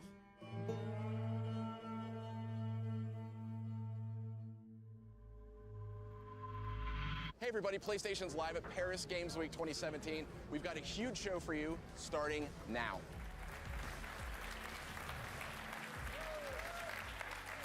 Wow, what a great way to open Paris Games Week. let's have the first in-depth look at a much anticipated and exclusive title. Last of Us 2. Last of Us 2. Please, please. Please be Last of Us 2. Our fans, they want to know every last thing about what's going to be in this game. Is this The Last of Us? Neil has taken the way, he kind of creates an arc or like this sense of drama, this kind of sense of mystery or like dramatic tension, and crazily has brought it to marketing. I view marketing as part of the game. It's very calculated what we put out there and how we want you to connect different marketing assets. When we first released the teaser trailer, too many people right off the bat said Joel is dead. The blown out light really fucked us in a way I don't think any of us saw coming.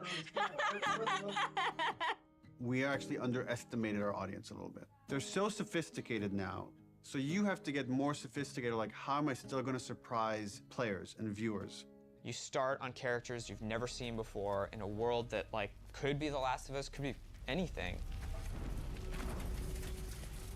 That creates like a really, really cool sense of tension. At no point are we gonna market that you play as this other character.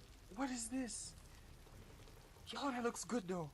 I was so excited about working on it and I couldn't say anything. It was so rough. Oh, is she gonna cut a baby out of her belly? And then Uncharted 4, you find a comic book that shows Ellie's mom pregnant. So people already had theories that Last of Us Part 2 was gonna have Ellie's mom. Oh, if we just kind of black out the letters, she has the same number of letters as Anna, Ellie's mom's name, we'll get people to think this is Ellie's mom. Oh my God. Girl's got a good... That hammer's from the Outbreak poster.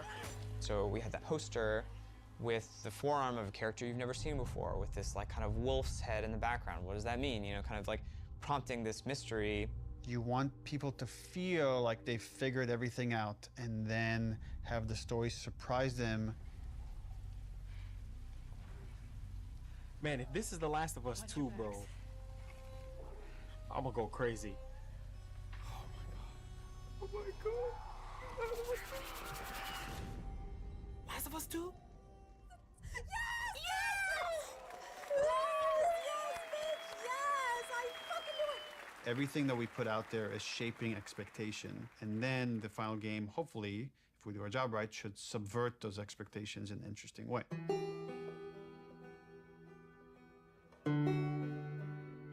We knew we were pushing boundaries with that cinematic.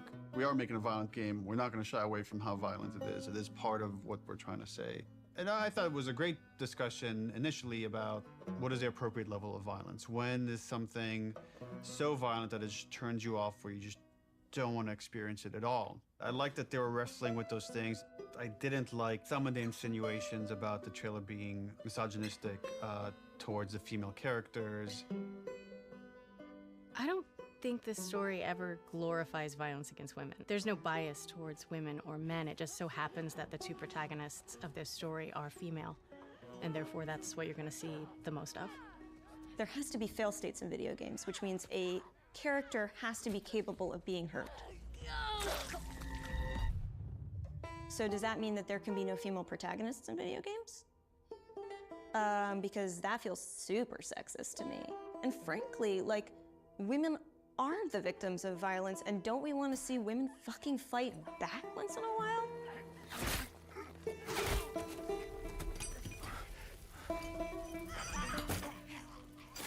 That character, her hand getting hurt, it has consequences for hours of gameplay to come.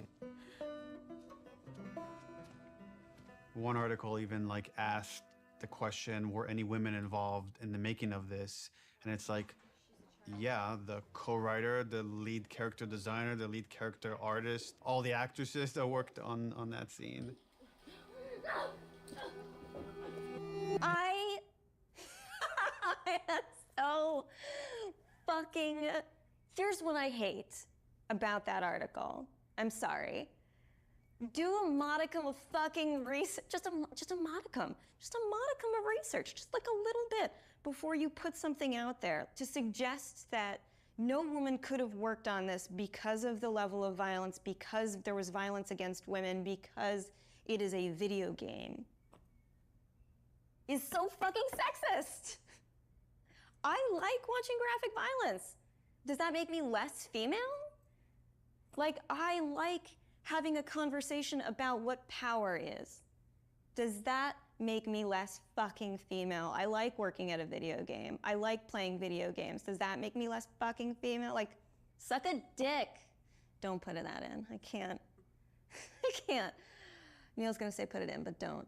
I also don't represent all women, but I represent, like, I can represent this and say, I fucking wrote this. I wrote this. Like, I literally wrote the sentence, and then Yara eviscerates eviscerates his esophagus from his throat. I wrote that sentence. That is in the script, and I fucking stand by it. I'm afraid of being turned into a token rather than the truth, which is like, we're being thoughtful about the female narrative. These characters are more than just their vaginas. If you want to have a serious debate about feminism and feminism in video games and female depiction of violence, and you need to not see it as a binary conversation. It is an incredibly nuanced conversation. You cannot make blanket statements, and you cannot make presumptions. Fucking do your homework.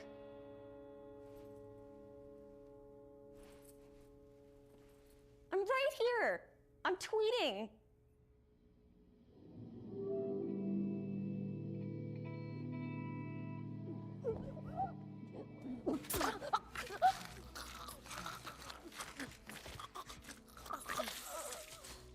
The tone of the violence in the game has always been important to portray as realistically as possible. Our job outside of just drawing up concepts is really pushing our reference pipeline to make sure that the character artists are getting the most realistic examples of whatever they're working on. We can't find certain things, so we make the reference ourselves. Simulating rain on wall. 1, 2, 3.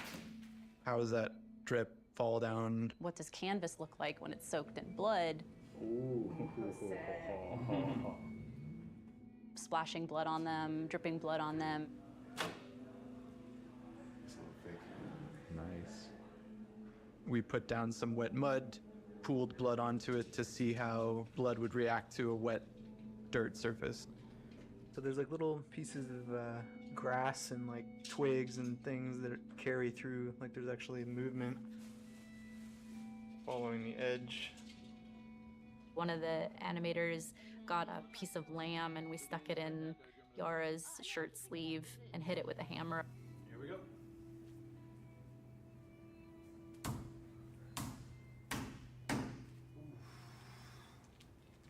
Yeah, we have a break. She's gonna need to hold this as straight, because if she does this, it's gonna, you know, just the weight of it's gonna want to make it fold. So I'm trying to keep it as straight as possible. This past week's shoot was specific for the infected eating people's jugulars, and there was a concept that was done with like blood running down the mouth, but it's like, would that happen? Like, let's find out. I got on the ground and pretended to eat away at like a bloody soaked rag that we made.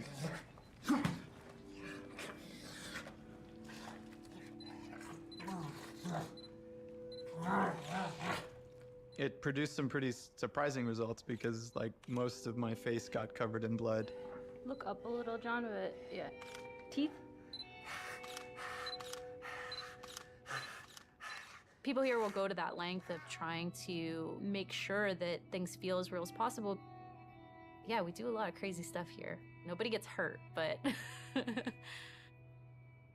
it's really hard to see these characters that you spend so much time with and, for lack of a better word, kind of like, you know, birthing into existence, tortured and abused.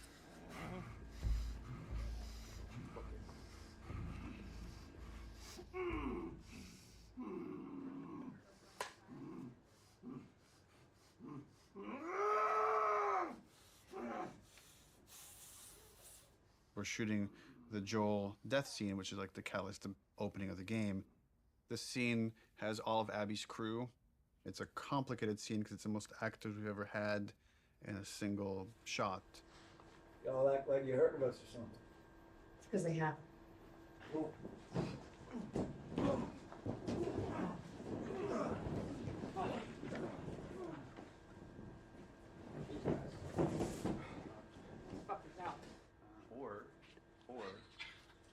Joel doesn't die. Just me out. Now that you got that. Well, that's sorry, yeah. The minor line So change. then what happens is Yeah, all of us become friends. Knowing what was going to happen and knowing how it was going to happen, I got very fearful. There's so much weight to this scene. This scene has to be right. It's really difficult to reshoot it if we need to. Within the first game, having to call Troy and Hannah back to reshoot Sarah's death was very, very, very difficult for me. The last time I tried to do a big emotional scene, Don't do this, please don't do this, don't do this, don't do this, don't do this, please, God, no. Oh, God, no. that didn't go too well, and we had to reshoot it. Don't do this to me, baby. Don't do this to me, baby. Come on.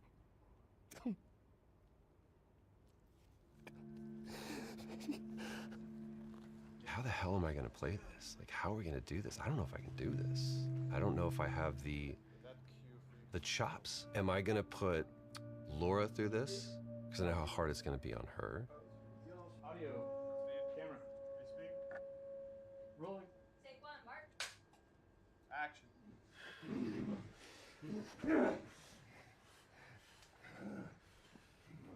Joel Miller.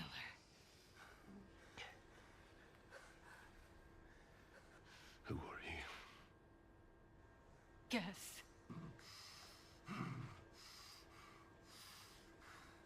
Why don't you just get out whatever speech you rehearsed? Get this over with.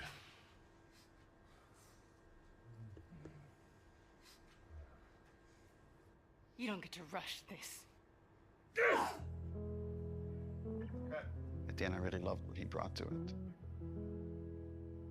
I couldn't wait to get back into Ellie's shoes again because it's where, weirdly, I feel most comfortable in a lot of ways because it feels like a character that feels the most like me that I've ever played, which is a little disturbing. I mean, minus like the murder and the killing. So it's almost like it's a bit of step forward, like you're about to like lunge and shoot. Sweet.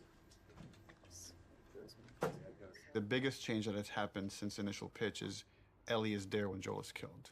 It used to be she came across the body, and then she had to rely on Tommy's testimony of what happened, and we shifted it, which made it much more dramatic and intense for her, and I think puts more of it on screen and again, allows you better to understand why she needs to pursue these people.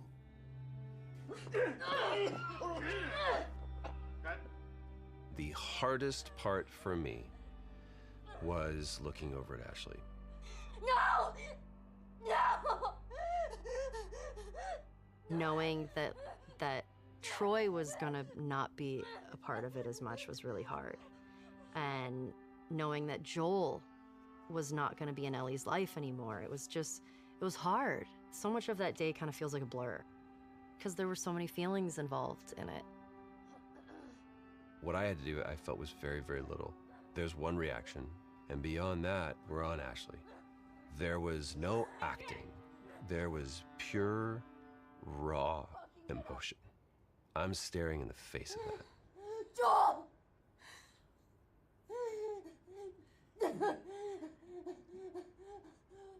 Why are you doing this? Get the fuck off me! I'd lost a little bit of my voice. I couldn't scream like as loud as I wanted to, you know, to get that frustration and that sadness out.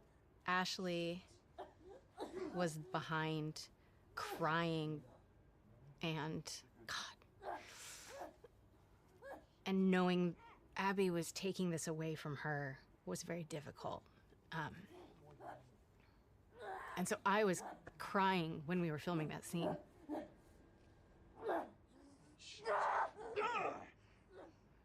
Yes, it was very emotional. You want what I want, right? End it. Now.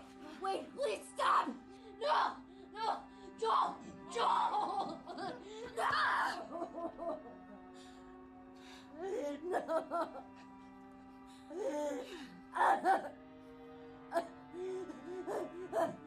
We want him to die in this really unforgiving sort of way. Like, it needs to feel senseless for you to say, fuck these people, I'm gonna pursue them to the ends of the earth and make them pay.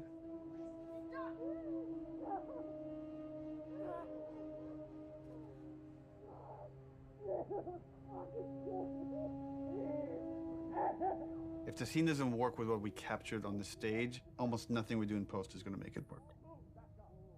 Joe will take a pass at the scene, and I'll give kind of high-level notes. But he's doing it without animated cameras, without character models, without environment. And so it's a bit of a guessing game to see if this will work. So I like the concept.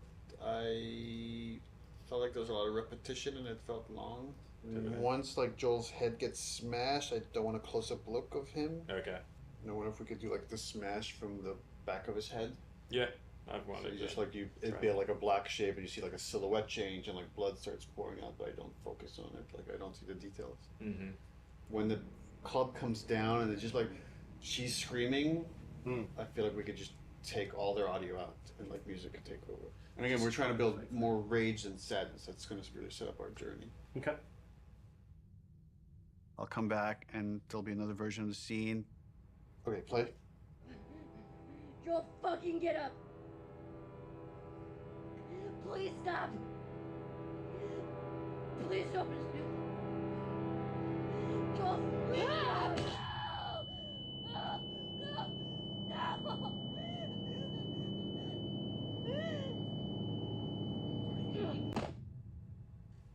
Overall, it's fucking awesome. Like I got emotional just the part where before he gets killed. It feels so fucking tense. There certainly is still a ton to do. We still have like 45 scenes that haven't even been looked at yet. It's terrifying given our deadline. The process right now is just getting Neil. We just need to get Neil into the room. Which one are we showing first? We've got essentially 3 versions. The one that I did, and this would work with what we're talking about doing with the scene, and then... Close one. I would probably say There are people standing this here yours sometimes. Mel, or I got bad news Mel for you. yours this. He's canceling? He's canceled. But we had the cameras set. He's supposed to come in. He's the Actually, it's I'll good do we're it. getting this on camera. This is what it's not about. This is what it's about. Yeah, he has some melee stuff to review today. He said let's pick it up tomorrow. So yeah, that's what happens. And so it's like, okay, all right, that's fine. I don't care. I don't care. Yeah.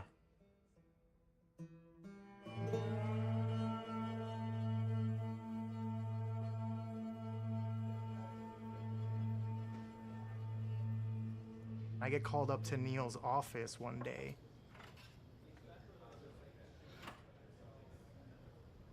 And there's like an empty seat. And Neil just goes like, oh, just sit down. I'm like, oh my God, I did something wrong. And he's like, do you know why you're here? And I'm like, no, are we gonna talk about one of my levels? And he laughs and he goes like, no, you're gonna work on the E3 demo. It's always been a dream of mine, working on an E3 demo, seeing it on stage. Is this a joke? Like, am I getting pranked right now? So speaking of E3 demos, remember way back when you guys said you were going to lock that content and then not touch it? How's that go?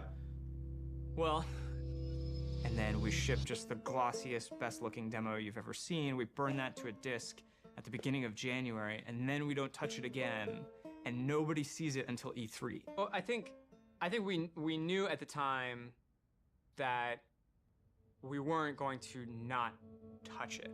It's going to be really interesting to see if we can really, really commit to being done and not be tempted to say like, it could be a little better, let's go back. Because the game's been making progress for, the 10 months or something since we locked that demo down. A lot of advances have been made, a lot of new ideas, new mechanics, and we really just need to have the discipline not to do that. Honestly, it feels like we are addicted to being late. Okay, we're starting. I don't know exactly what we're gonna do today other than come up with a really long list. We're trying to limit it to an hour, so we'll be done at 4 no matter where we're at. Looking at the cinematics first. Because we did it so early and had like a rough version of it a year in advance, we got a bit complacent.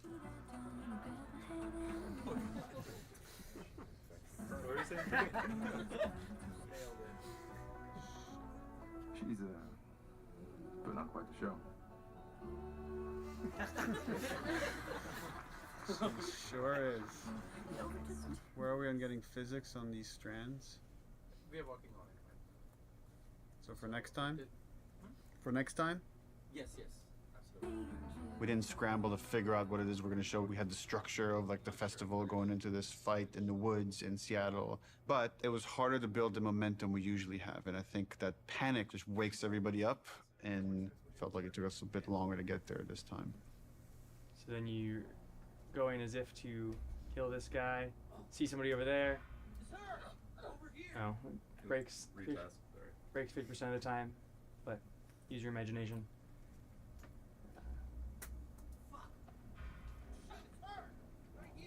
Daniel, going a bit slower, give him some time. Okay. The animation is breaking the melee system. Okay. So, like when he starts, yeah. So I'm confident in the demo if we finish it.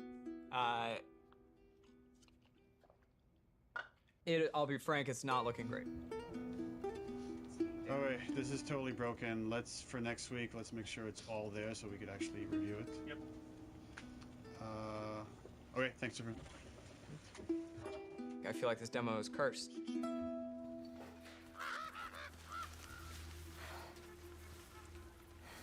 The E3 demo. It was a version of our original Greenlight demo. But I had to make it fully playable and shippable. Viper! The first thing I did was just basically take that space made by another level designer and put just enemies in it and start fighting. But when I started playing it, I remember like it wasn't there. That parking structure was way smaller, so it felt more cramped. God is good. God is good. I remember going to Neil's office and being like, how much can I change this? And he's like, well, what are you thinking? I'm like, well, I'm thinking like this big thing, and I'm like, just like brand new designer, I'm just throwing out like everything, like I want to do this, and I want to do that, I want to make sure that feels like a sandbox, that it feels like this big space, that it's multiple paths. It's like something like we really haven't done before in The Last of Us. And he just goes, go for it, well, let's do it.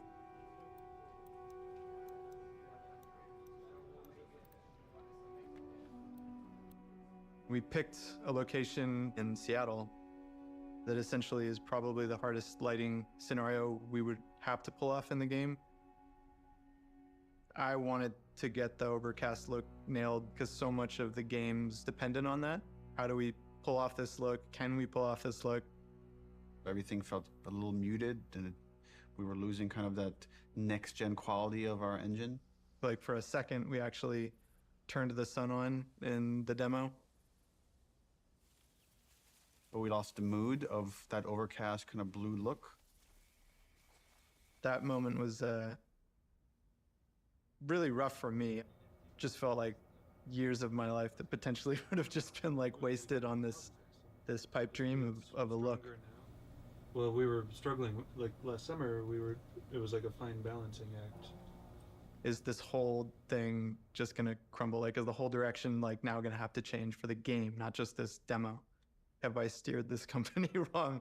Took some really big iterations and tried some crazy ideas, and we came up with kind of a hack. We talked with the programmers and found a few settings that actually gave us exactly what we wanted. It was really like one thing.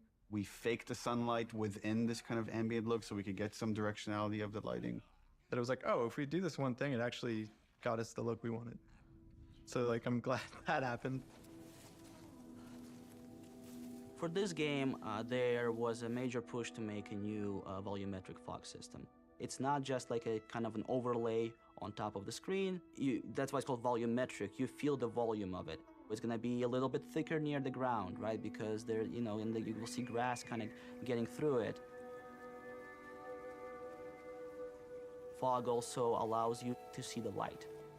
Fog adds atmosphere. Atmosphere brings everything together. Now with this game, we did add recently some new tech that allows us to make some of the water drips more dynamic, meaning that if you have a car, you will see a water, follow the glass, follow the hood, and then from the bumper, you're gonna start seeing dynamic droplets.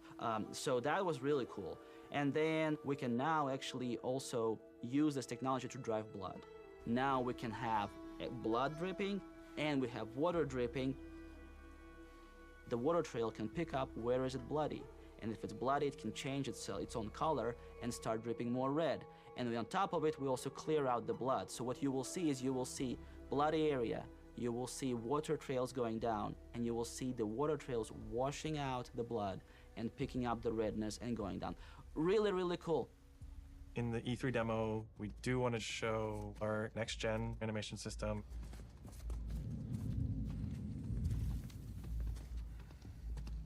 One of the biggest animation upgrades that we wanted to add to this project was motion matching. The way that it works is it takes a pool of animation data and it picks the most appropriate clip to blend together and create just very fluid and organic movement. We want these characters to just feel grounded and believable in the world, properly shifting their weight and moving the way a real human would.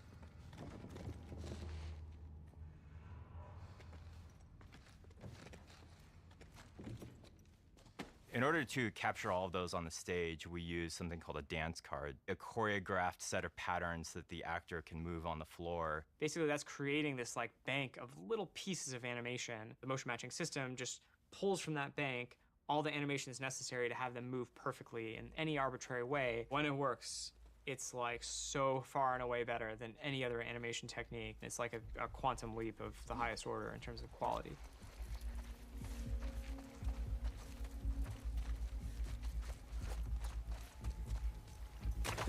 Any one mechanic is not maybe anything you haven't seen before. It's the combination of how it all comes together, the way it works with the animation system. The new stuff we're talking about is like, oh, you can be in grass. She went into the grass. Watch yourself. Like one of the biggest things we do in the demo is jump a gap. It's tough to be like, oh crap, you can jump, you know, like it's like, but it's new to our game. We have to have the best prone mechanic of all time. Yeah, no one's ever seen when I aim in prone and she actually like rolls up on her back and aims like this. Like it can never clip through geometry. Being able to rotate 360 in all directions. It can never like do a janky thing when she's reloading while doing it or aiming in water. There's like an IK thing that like lift her chest and head up and then it gets too deep. Now we're in a special prone underwater moveset thing.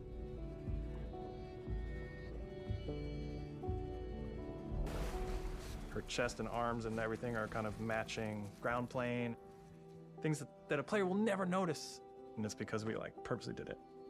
There's no such thing as like, oh, you know, it's not as good as, you know, this other game's one, but like, it's fine. It's gotta be like, no, it's fucking Naughty Dog. We have to have the best version of the thing, whatever that is.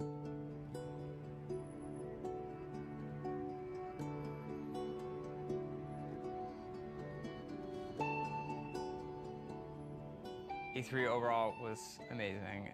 The press conference was in a very different venue. They usually have them in like these big auditoriums. And this was kind of like, almost like a pop-up.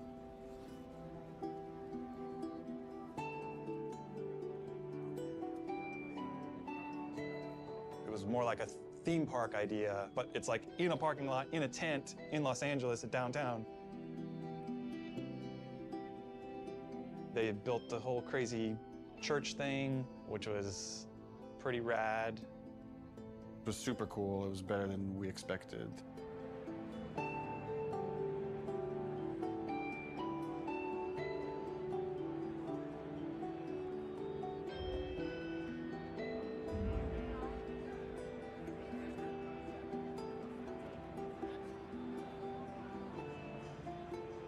You could feel like the tension of people trying to figure out, what is this press conference? What's going on? What game are they going to show here?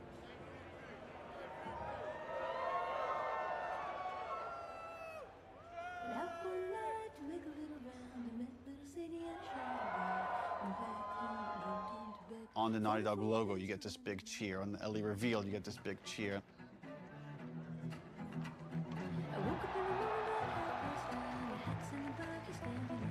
Every moment that we've constructed and planned like meticulously for really a year now hit, and hit the way we wanted it to hit. Maybe they're jealous of you. I'm just a girl, not a threat. I think they should be terrified of me.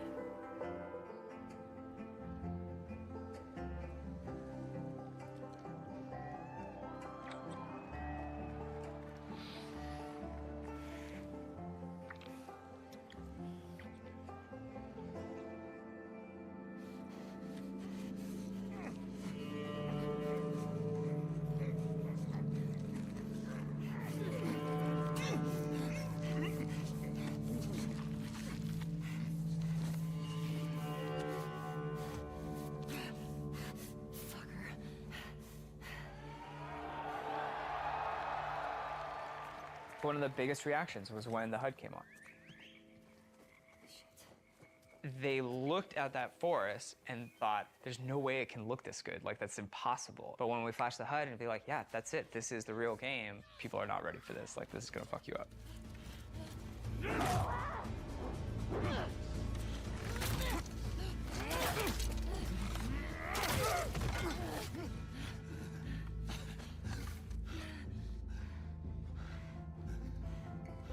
See, I told you.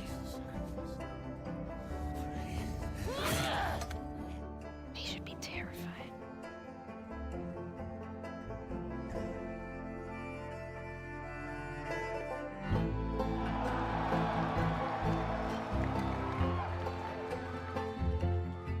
It was electric.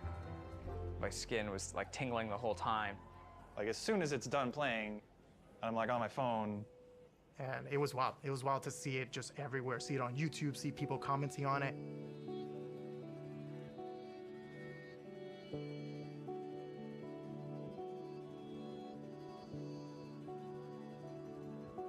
But it was a really special moment. I shipped something like as a level designer. There was such a reaction to the animation fidelity. Holy crap, this is the best looking animation I've ever seen. Are you kidding me? We're on the forums, going through the messages, seeing how much people think it's amazing. Someone's like, sort of cynically, that our stuff was fake. I guess it's kind of a compliment to the animation team for like someone to say it's fake when they're working so hard. And right away I responded, I was like, don't respond, don't do anything. Like, it's just not professional. I was also a little anxious about it because it's a little fake, you know? Fake is an interesting word. There's an argument that he's right. It's not the final polished game. You can't just play this demo in any way. You have to play it in this very specific way. But before we even show the demo, it was like, let's not put anything in there we feel like we can't do. There was no thing of like, we don't know how we're gonna do that. It was just, we literally just don't have it systemic yet. You know, like systemically, a guy pulling you out from underneath a car, we didn't have that hooked up yet.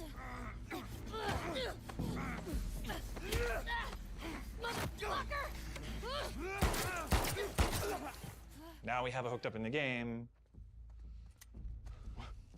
It's her! Arthur! All over soon.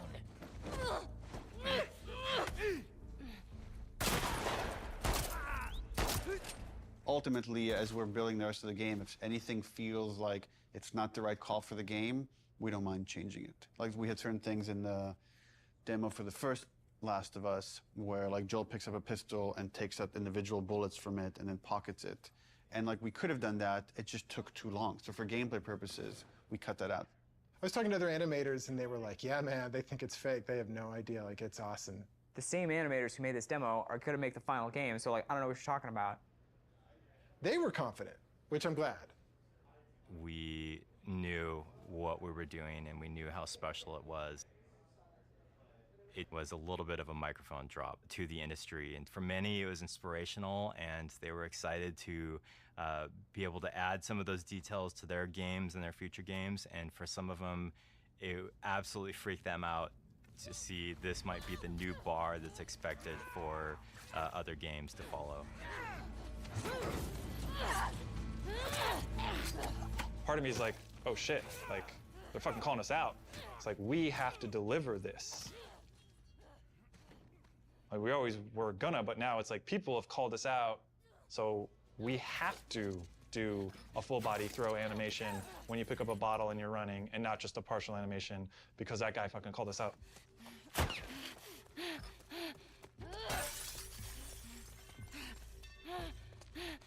The real challenge is making the whole game look as good as this one controlled situation. We come out of E3 and hopefully we've set the standard for this, what the rest of the game needs to feel like.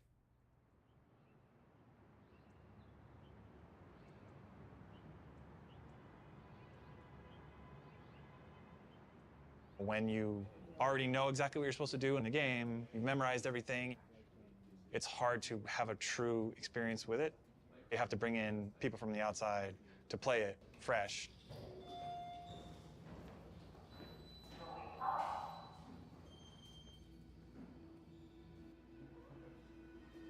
And so we try to start playtesting as early as possible. We've got testers in bright and early. They're going to start playing the game. They're actually just right across the hall over here.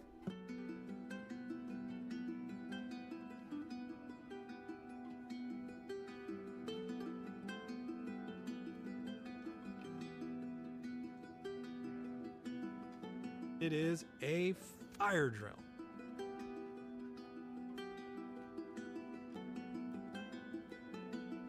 Because things have to work.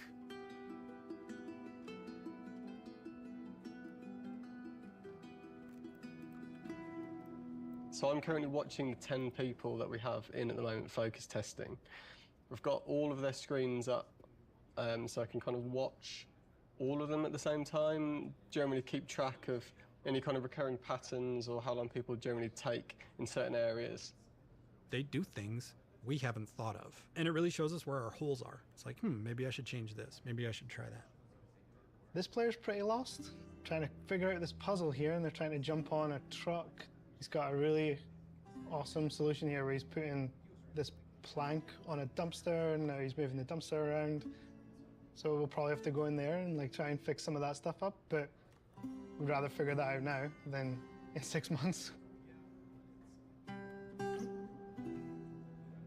For things like puzzles like this one, although they're figuring out the puzzle, they're actually not doing it in the kind of order that I'd like. What would be better is if they came into the space and realised, okay, that's the thing I need to be like climbing up to or getting to, and then they can kind of work backwards from there and go, well, if I need to get there, how do I get up? Oh, I can get up on this thing. It's quite heartbreaking when you see people who are like really confused or don't get it, and it's something you think like it should be obvious, but it's not at all. But it's good data. We've had a few people on the team that have been really passionate about making our games even more accessible for people with different kinds of disabilities and making sure as many people as possible can experience our game. Accessibility is something that like really touches a lot of people. As we get older, pretty much all of us are going to have probably some sort of accessibility need. It's important to welcome people with disabilities into all of our public spaces, into our shared culture, and that video games are a rich part of that. I love this, that you don't have to have like a 2-button feature to keep her crouched down. This is awesome. I love that. Brandon Cole, he said, I heard you announced this game. What do you think about the possibility of someone like myself being able to play it? And Brandon is blind. I hadn't really thought about that before. I don't even know if that's even possible, but I want to try because that sounds interesting. If you click on the L3 button, it turns the screen and the character towards your next objective. So you're able to sort of instantly sort of flip. It was very much inspired by the talk you gave last time you were here. I figured. Hopefully That's a beautiful thing. We had this feature that let you navigate along the golden path. And we also had this other feature. You could like put out this sonar pulse and you'd hear where all the items and enemies were located. But Brandon was playing that and was like, this navigation feature is great, but I don't want to just follow the golden path. I want to navigate to other things. It kind of occurred to us like, oh, we can combine these two features. We can let you scan for items and then navigate to that item. This gives you more room if you do it this way for different types of sounds for different types of items. You know what I'm saying? Yeah. Different sound for ammo, different sound for parts, different sound for explosive, different sound for keys. Or you, Craftable and collectible. Yes, yes, exactly. Right on. But since we want to hunt for secrets, just like anyone else, you're also going to want to know that, hey, there's something way over there. Players with disabilities still want to have challenge. It's not about just making an easy mode. Mm-hmm. So what happened there was an auto vault. So you pressed into a wall and it automatically vaulted. I feel happy about this. This is an example of actually the good part of the studio culture, which is self-empowered, that I think allowed us to do this crazy thing, this thing that, you know, I couldn't tell you if it makes business sense to some degree, but it was something we were passionate about and interested in. It was a way we saw we could make the game better. It was something we saw we could like push the frontiers of, and we went with it.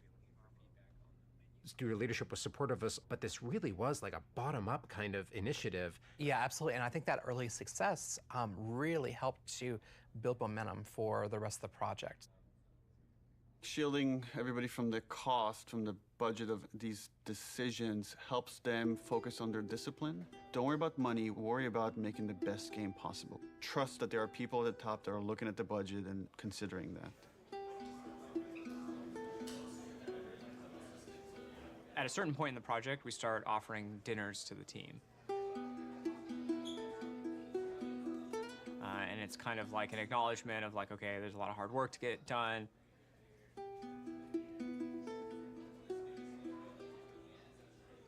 And we know people are probably going to want to be staying late.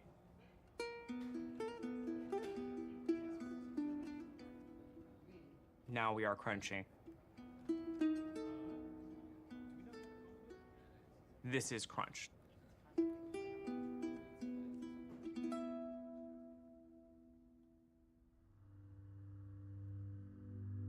I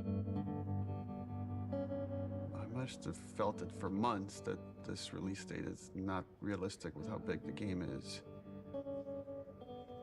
People were asking us, is this a real date? Because it's not feeling like a real date anymore, so we felt like we had to react pretty soon.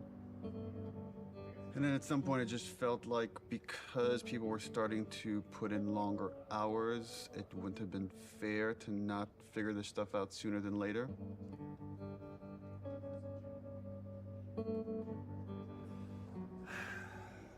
We're never gonna finish this game.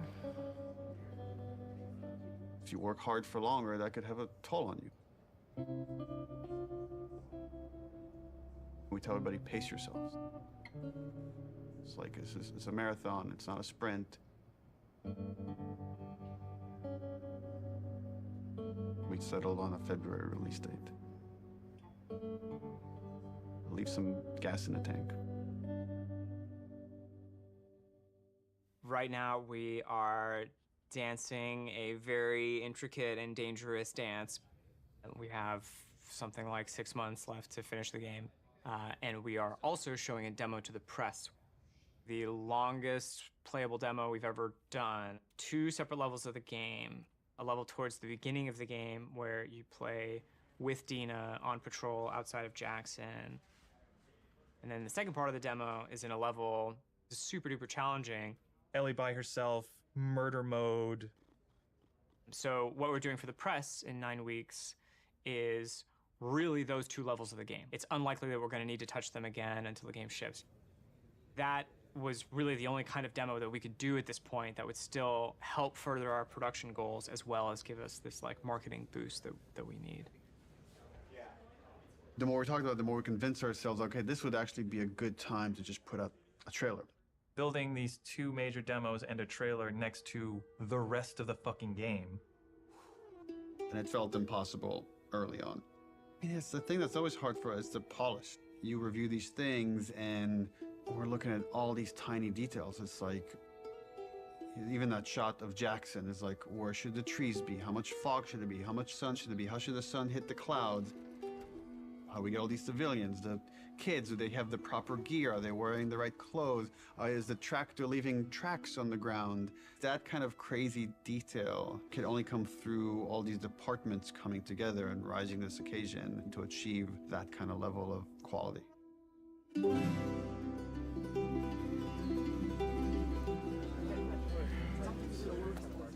We wanted to show the team the final trailer. Before we show you the trailer, just to say thank you to everyone, where we jumped from doing a 3-hour demo to this trailer where we had almost nothing, and it's like pretty amazing what we can do when we all come together. In fact, it's so amazing you can forget, and I've been here for a long time and I can forget.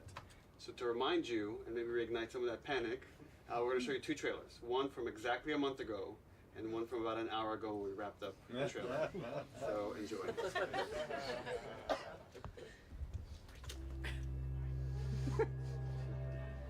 Look who decided to join us. All right, you all know the drill. Tino, where are you?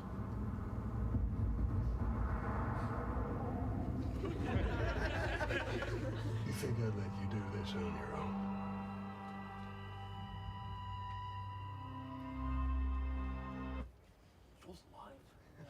It only gets 1 clap.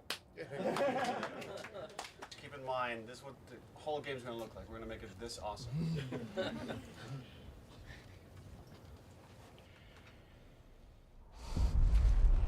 You can't stop this.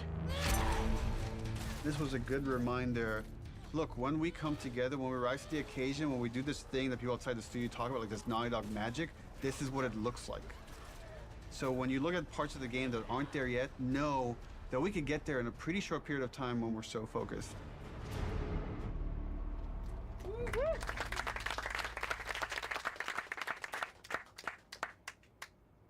The date was the scariest part about it. We got the trailer done. Just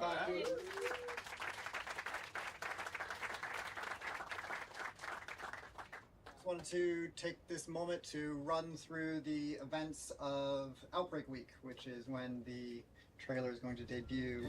We are going to be having the big press event in Koreatown at this giant warehouse. We're actually having 80 journalists from all over the world come. We got to make sure very comfortable chairs for 3 hours.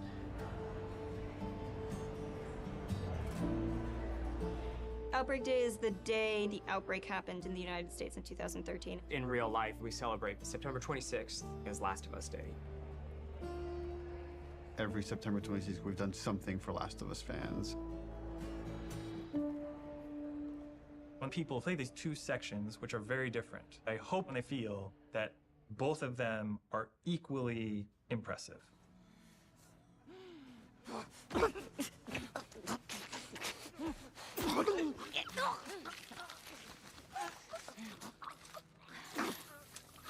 When you play that first demo, you're like, that was incredible. Oh my God. This could have been the whole demo. This could have been the whole thing. It says enough about what the game is. And then you play the other half, and it's like way more mechanics heavy, way more combat heavy. Keep going, boy.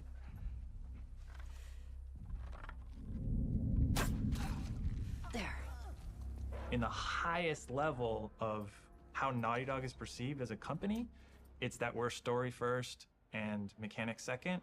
A lot of it is, I think, proving to the press and proving to people that, yes, we can do both. I want people to walk away and say, this is the best controlling, this is the best feeling third-person shooter. It's on the level of the best action stealth games you've ever played.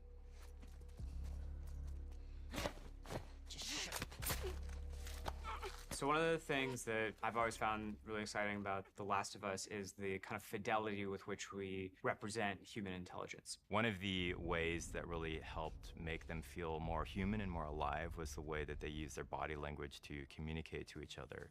Everybody spread out. We may have multiples. We had a number of sessions where the animation team, design team, and programmers all got together and we acted out a number of scenarios. And what that does is it gives us really great reference and touch points that we can always look back to about the way that we naturally behave, the way we naturally respond to each other. And those are the types of details that we want to weave back into the game. Someone took out Zoe! Who the fuck's out there? Sweep the whole goddamn street. Our NPCs are named so that you understand these people have relationships. They want to get revenge on you. It's this little mini loop of the whole premise of the game. Omar! Flanker! I just killed their friend and they want to kill me now.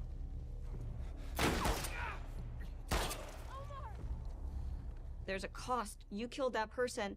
His friend now feels a loss. You know, his dog is now alone.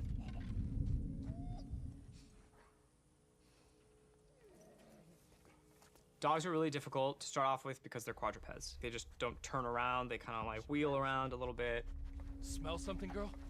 The main concern we had is how is it that we can actually get a dog to perform a dance card on the motion capture set? And when we finally brought them on set, it was just incredible what these dogs were capable of doing and what the trainers were able to accomplish in a short time. Jump! Oh, there you go. They move extremely quickly, so they're super hard to shoot. Right in here! Fuck! Get her! They are very low to the ground. You have like these attacks that are designed to go up here, and now you have to kind of do them down there. Killing a dog has gotten people more like upset than anything else in the game, than hanging people, than eviscerating people. We're gonna break new ground in dog murder.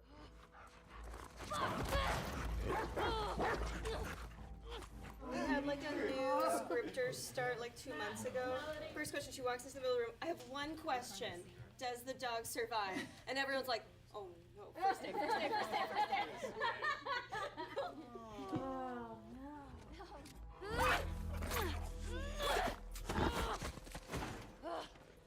So we killed it, and then you have to love it knowing that it's already dead.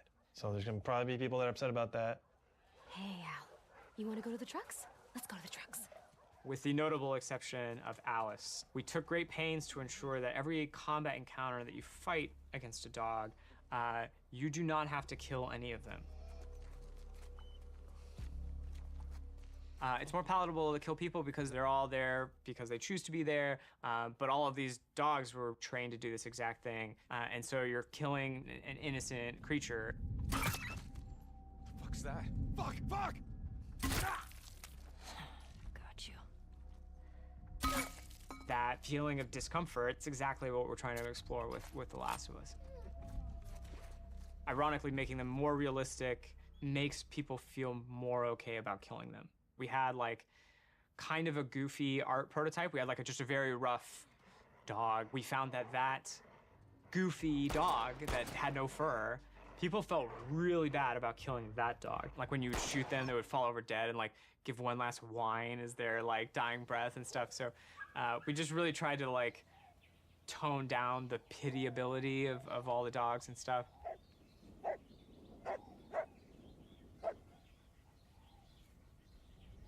The best sound in most games are the stuff you don't notice. The Foley in the game is extremely detailed.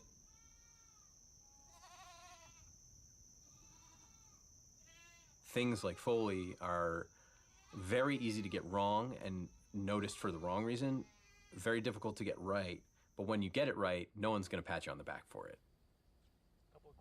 Audio guys are kind of a different breed. We listen to everything all the time. It's kind of a curse.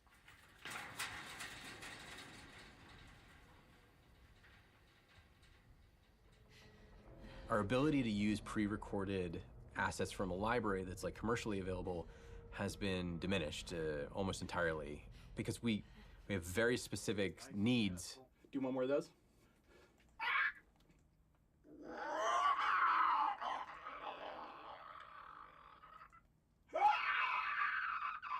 We're trying to take what we did in the first game and bring it to another level of detail.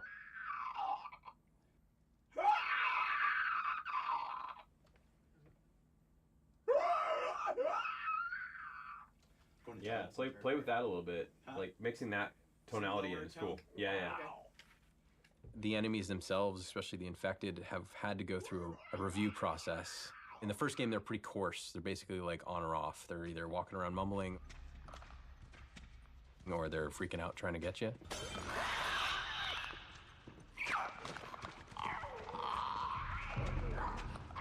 And so now we've developed sort of this like murmuration breath system that allows them to have a much more natural flow between being agitated and not.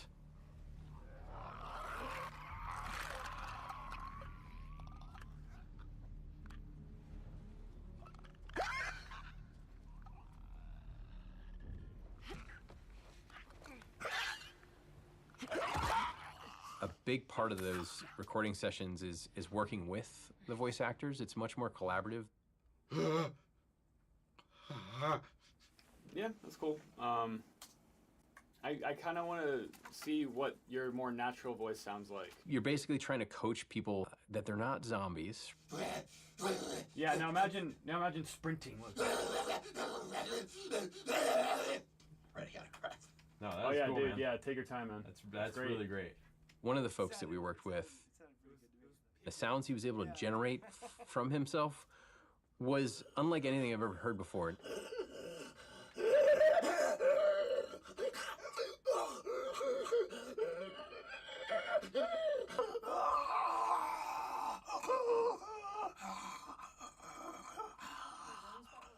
Gnarly sounding roars and breaths and wheezes and really interesting stuff that I've never heard come out of a person ever.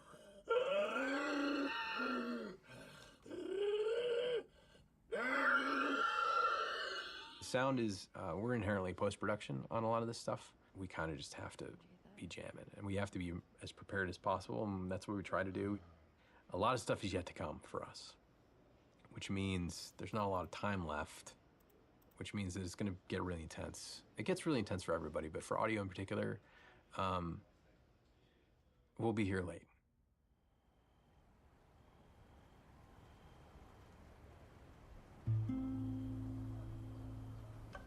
I think that, I don't know if it's the whole studio, but I know I'm definitely feeling very tired right now. I'm feeling a little burned out. I'm realizing that I can't crunch like I used to. I can't put everything I have into these games as much as I was able to when I first got here. It's pretty unanimous that this game is really big, where it's bigger than we'd like it to be. The Last of Us Part 1 is small compared to this game. My argument, make the game small again. I don't even call them small. There were times when I was writing like 40 pages of in-game dialogue a night. Neil kept saying, stop, you have to like give it to somebody else. We will hire somebody, we will make this work. And I was like, I think it'll just be, I was just bullishly like, I can handle it, I'm tough. I would like somebody to teach me how to have work-life balance. There are some times where I wish I had somebody in production or a big brother that could be like, no, go home. This is great. This is already great. You don't need to do the next thing. I feel like at any given point, you'll go into the kitchen and you'll find people, what I would say, saloning about the game, like going deep philosophy into what's working, what isn't.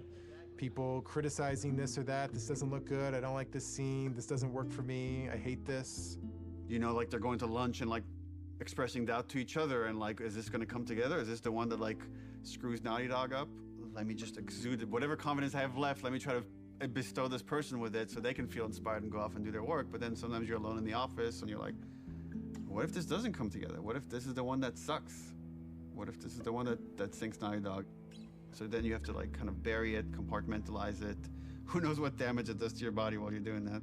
Because ultimately, you can't let that fear dictate how you work, and just keep the faith.